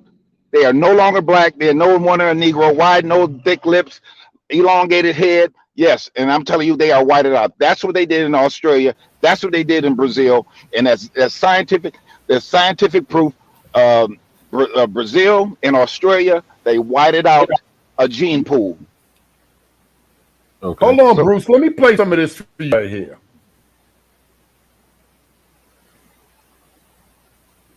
No, there could never be a possibility that the original Jews were black. All I have to do is read the Torah to know there can never, he said never, be a possibility that the original Jew was black. Okay, well, I'm gonna read the Torah. Let's Numbers 25:7. This is in the Torah, and it says, "And when Phinehas, the son of Eleazar, the son of Aaron, the priest, saw it, he rose up from among the congregation and took a javelin in his hand." Right? This is in the Torah. Phinehas. Let's just take a look at this word, Phinehas. Proper masculine, Egyptian, Pan-Nahisi, meaning the Negro. The Negro. That's the high priest lineage. The third high priest of Israel, who's a Jew, tribe of Levi, which is in the kingdom of Judah, which makes him a Jew. Right here in the Torah, it's calling him the Negro. So how, if I read the Torah, I would know it's impossible if when I read the Torah, one of the most important people in the Torah is literally called a Negro. Bruce, do me a favor. Berean TV, ask Bruce, how can we trust him if he's working for the system that is opposing God's prophet, God's people? Excuse me. Yeah, I read that. And Kobe asked the same question, trying to make mockery of me, but that doesn't work. But the fact of the matter is, we all are in the land of our captivity. We are in the land of our enemies. We don't. Are you being oppressed? Do you use those words? Or those kind of strong? Huh? What'd you say? Are you being oppressed right now? Yeah, the black folks are being oppressed. I see it. I see it in the profession that I work in. I see it in all. I see it in the laws. I see it in the prison system. I see it in the financial system. Yeah, we're being oppressed. Are we in chattel slavery? No, but we are still in the land of our captivity. we are still in the land of our enemies. So what Can are I we ask you a supposed to question, do? Bruce? So what are we supposed to do? Occupy until he returns. And that's Can what we're I doing.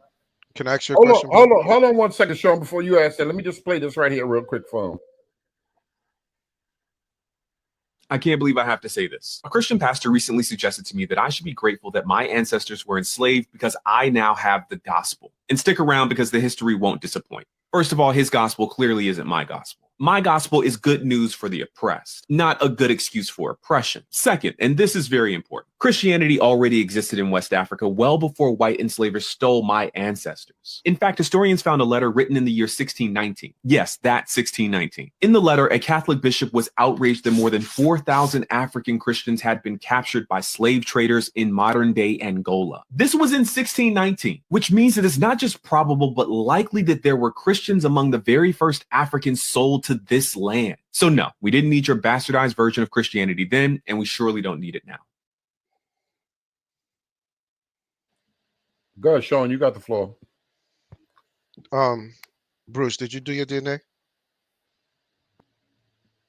Have you taken a DNA test? Just out of curiosity, on your own. Did you take? No, a I DNA didn't do test? it DNA because I figured it was a waste of time. Because the Most High Yah showed me a long time ago.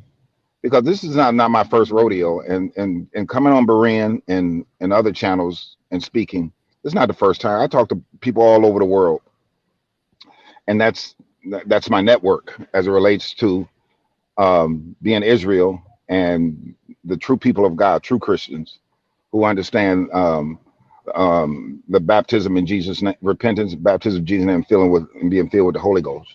So I don't. This is not my first rodeo when it comes down to this. And when the Most High Yah showed me that this DNA issue is nothing but endless genealogies, I was so grateful because, like I said, the science is good, but what I'm saying is when you look at it, it's nothing but speculation, hypothesis, non-conclusion. It is cause confusion, and the enemy is using this to divide the masses. It is using it so our Christian brothers who've been caught up in Eurocentric Christianity won't come into the truth that they are Israel, and to come into the truth that the imposters over there are the imposters.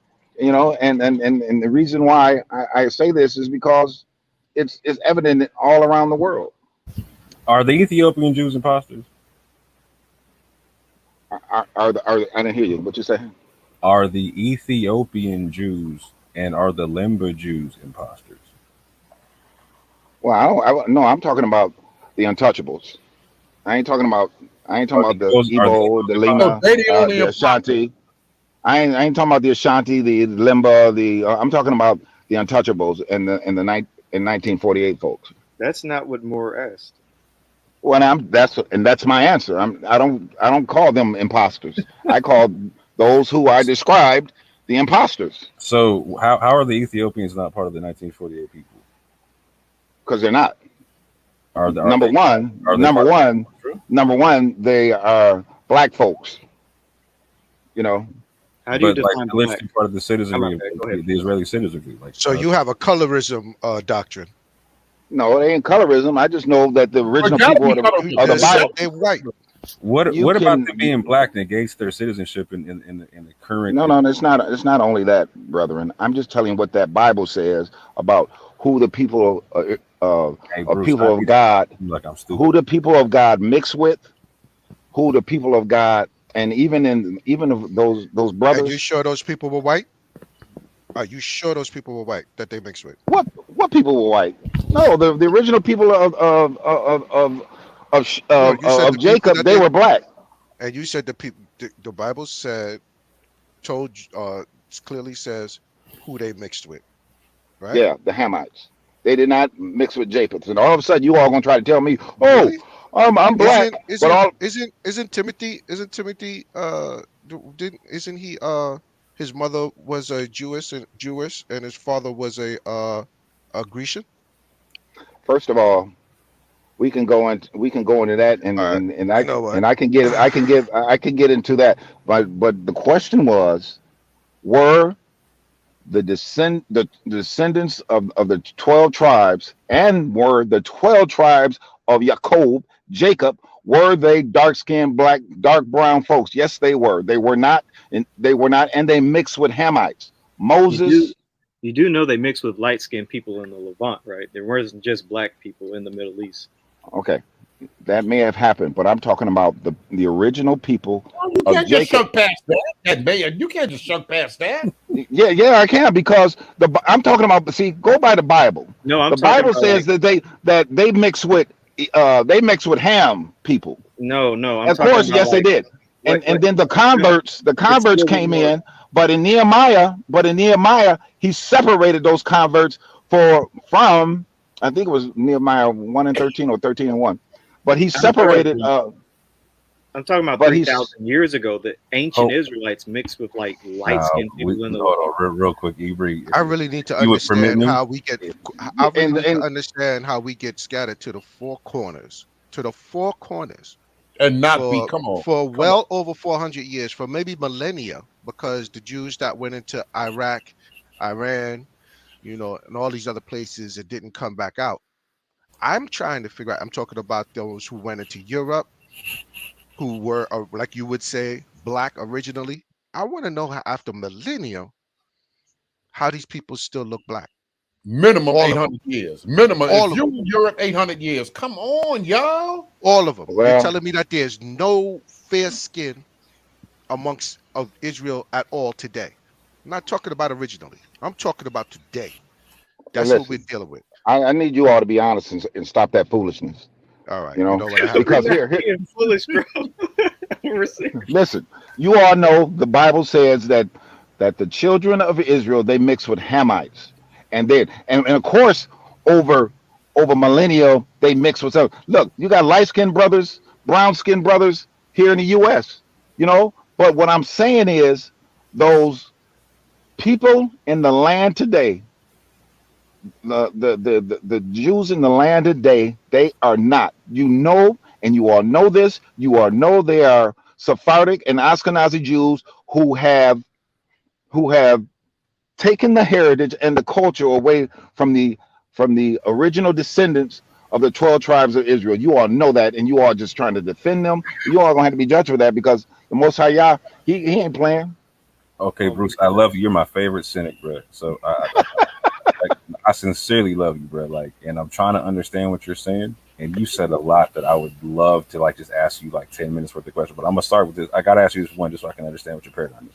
How do you differentiate a Hamite and an Israelite? Just from the outside. That's a good question, actually. Well, actually, I'm gonna tell you the truth.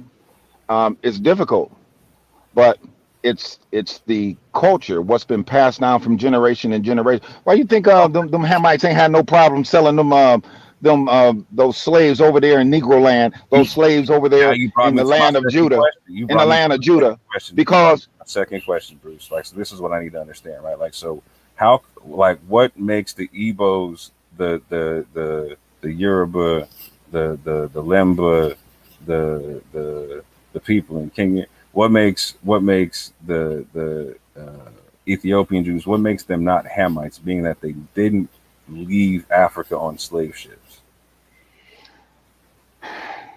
Well, they were scattered, and they were scattered, and what happened, and it was scattered in the different slavery, like Babylonia and Syrian and the Greeks and the Romans. They were scattered all over the place. But what makes the difference is they can tell you the truth. They can tell you the truth about what was passed down, what they practiced. They can show you, some of those one of those groups that you just named. I can't think of the name of offhand, Brother Moore, but they had a scroll and they burnt it. So the colonizers wouldn't come over there and change the wording over there. So they have a valid position saying that they are Israel. But them Hamites, they ain't trying. Y'all know them Egyptians. Those are Egyptians. See, first of all, when you say Ethiopians, I say Cush. Bruce, please don't talk past me, bro. I don't disagree with what you're saying in terms of they have a legitimate claim to the concept, right? Because you're going to talk about archaeology, you're going to talk about anthropology, etc. I'm going to bring genetics into it, linguistics, etc. Whatnot. We're going to agree that they have that tie, right? But based upon your model, right, your opinion, right, you're telling me that like literally the other day you literally said that the Ethiopians didn't fit the curses, literally on the same program. No. I don't. Well, you must have misunderstand me because some you must have misunderstand me. Misunderstood me. You must have misunderstood me.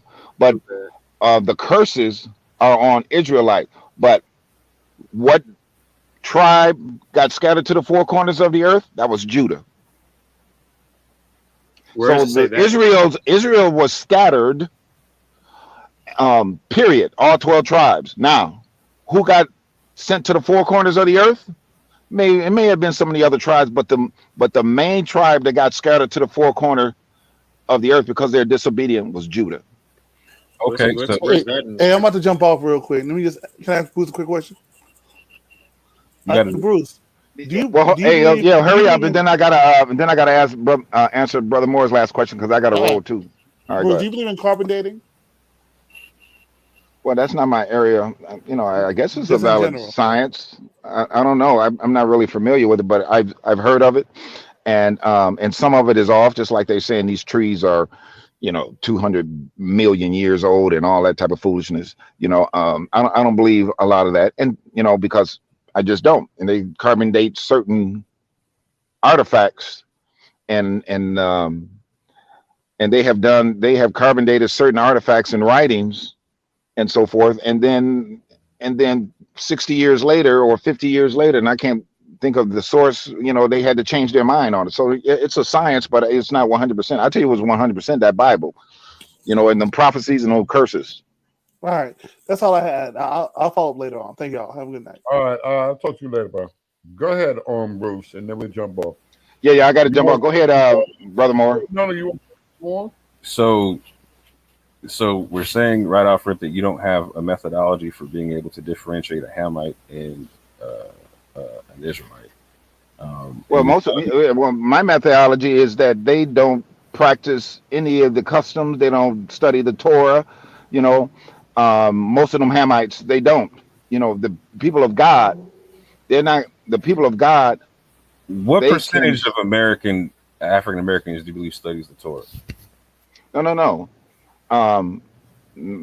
Because the job they put on us and what they script us and everything. I don't believe a number, bro. I'm just asking for a number, bro.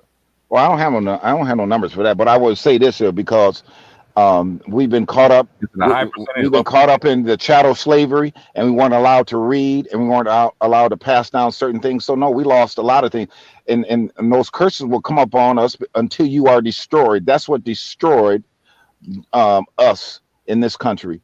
What they did to us. So no, a lot of us. Hey, brother Moore, do you know the majority of the people that they sought out in that slave trade? They were young folks, and I ain't talking about babies. And some babies were, but for the most part, they were young folks. Those who didn't really have the knowledge. You keep talking past me, bro. You keep talking past me, bro. Okay, I'm sorry. Go ahead. So I got two final points, right? That I'm trying to understand. Just two final points, right? And then I'll let you go. And so I appreciate you for you walking with me, talking, but not because you have an intriguing interpretation of things. I'm sincerely trying to understand. Right? So, captivity is part of the curses and whatnot. So, how are the Ethiopians, the Igbo, and the Lemba under captivity, as you understand? Because they even though they are in their land, they ain't running nothing. They ain't running nothing. The colonizers are still running things, and they put their little puppet people in. They put their little puppet people in there, and people think that they're running nothing. But the Europeans put their little puppet masters in there, and every time there is a bold leader, they end up killing them. Okay, so they're still in the land of their captivity. Just so I'm clear, when was Ethiopia taken over by Europeans? Well, I don't know about all that, Brother Moore, but I'm just saying they're still in the land of their captivity.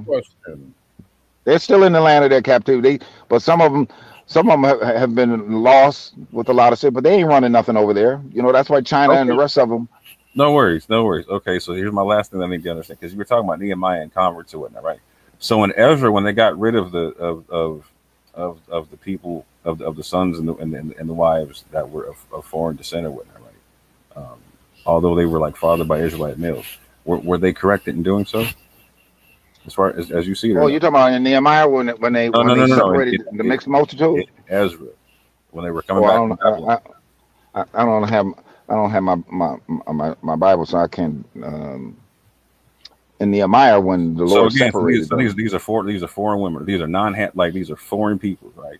That the Israelites intermixed with. Nehemiah comes back, or Ezra comes back and says, "Okay, all you foreign people, all you descendants of the foreign people, the foreign wives, and whatnot, and the wives, you got to go." Like, is that what you're talking about with like the Nehemiah concept, or no? No, I don't know, but all I know, that mixed multitude that everybody always trying to run to say this, no, they got separated from the descendants of Jacob in Nehemiah. I'm pretty sure it was Nehemiah, but I don't have my Bible with me. But I know this: when God wants to deal with His nation, Brother Moore, and the thing is, when I'm trying to tell everybody and the people of Yah and true Christians that DNA is nothing but confusion, speculation, hypothesis, non-conclusion, and it's a trick of the enemy to turn people away from the truth and stop the awakening and stop Christians from coming out of Eurocentric Christianity.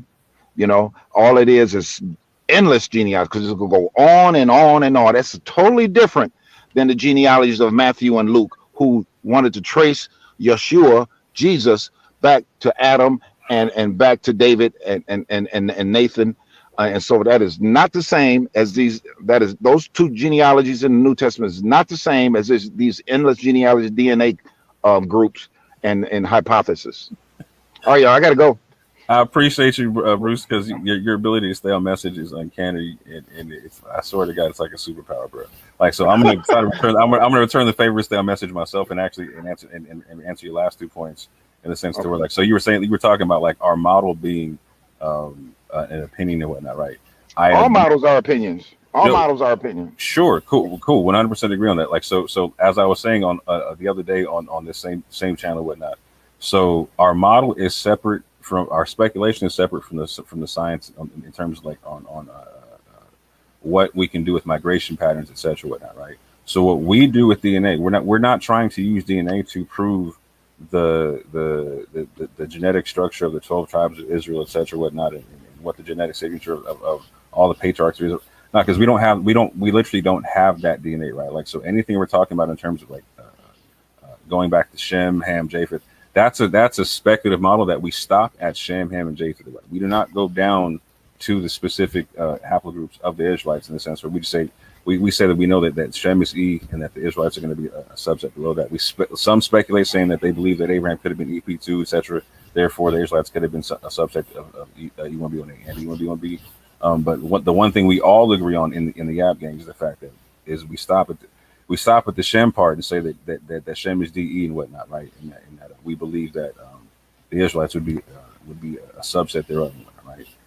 And so what we can prove, and what we're talking about is just what we just showed with them papers, man. As we're like, so there's a lot of people that come out and try to negate any connection to the Levant that somebody from West Africa could possibly have. And so what we use the genetics for, in which again, this is where you special plead and act like it's not science. But no, we're relying on the reproducible science at this juncture. This is not speculation. We're talking about fact at this juncture, which is why we can specify that West Africans and East Africans and modern Jewish populations all share some basal sub-Saharan African genetics that goes back over 3,000, 4,000 years ago. So we hold on real quick. We use genetics in the factual way just to be able to do what you're talking about. Like you said that it's viable to use archaeology in proving things out. Right? We use archaeology, we use genetics, we use linguistics, we use all kinds of things to buttress the fact that there was Semitic migrations to West Africa. Now we don't make the overarching claim that all West Africans are Israelites. We cannot, there's nothing that you can substantiate that with, right? Unless you're going to rely on something like, oh, the curse is the curse. But even then that doesn't apply because you can't show me the people in West Africa still going on slave ships or whatnot. They're still there. You can't show me people in East Africa going anywhere on slave ships. They're still there. You can't show me people in South Africa going anywhere on slave ships. They're still there, right? You can talk about this Judah thing if you want to, whatnot, right? But at the same point in time, you can't show me this West African Negro, Judah, whoever who just happens to be us over in America anywhere else in the world. You tell me four corners, but you can't show me four corners, right? So that's why it ends up being special pleading and whatnot at a certain point. But I appreciate you for walking me through what you believe in and entertaining these conversations with me. Hey, one thing. Hey, like I said, you guys put in the work for all that. But what I'm saying is, and I'm just saying, and a lot of you, I don't agree with everything you all said, and I do not disagree with everything you said. But what I'm saying, when it comes down, and I want this to be very clear, when it comes down to finding out, because you guys may not be using that for deception, but this enemy is sly. And he slivered his way into different communities, and he's using DNA to stop Eurocentric Christian believers from knowing the truth that the original descendants of the Bible is the Negro, and that the Bible clearly shows that the Negro are from the Negro is from the tribe of Judah. And that we cannot use DNA because all it does is cause confusion.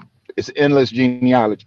And so when you use endless genealogies, we're going to always be confused. We will always be going back and forth. And the science will change, and it will be on and on and on. So stick with that Bible, stick with the curses and the prophecies, and you will understand who the true people of God is and who is not. All right, I got to go. Thanks, all right, appreciate y'all. All right, appreciate y'all. If you got any other information, any videos y'all want to drop, BereanTeacher@gmail.com. We appreciate y'all. $Berean. If y'all want to put the buck on the Cash App. Special shout out to YAP gang. Appreciate them coming on here and taking their time and explaining us to us slower people. Alton Johnson, see that thing works out. See that thing work out with Dr. Brown and Gorilla Hebrews and carrying them cats over there. We'll pick it up later on, y'all. All right. Talk to y'all later.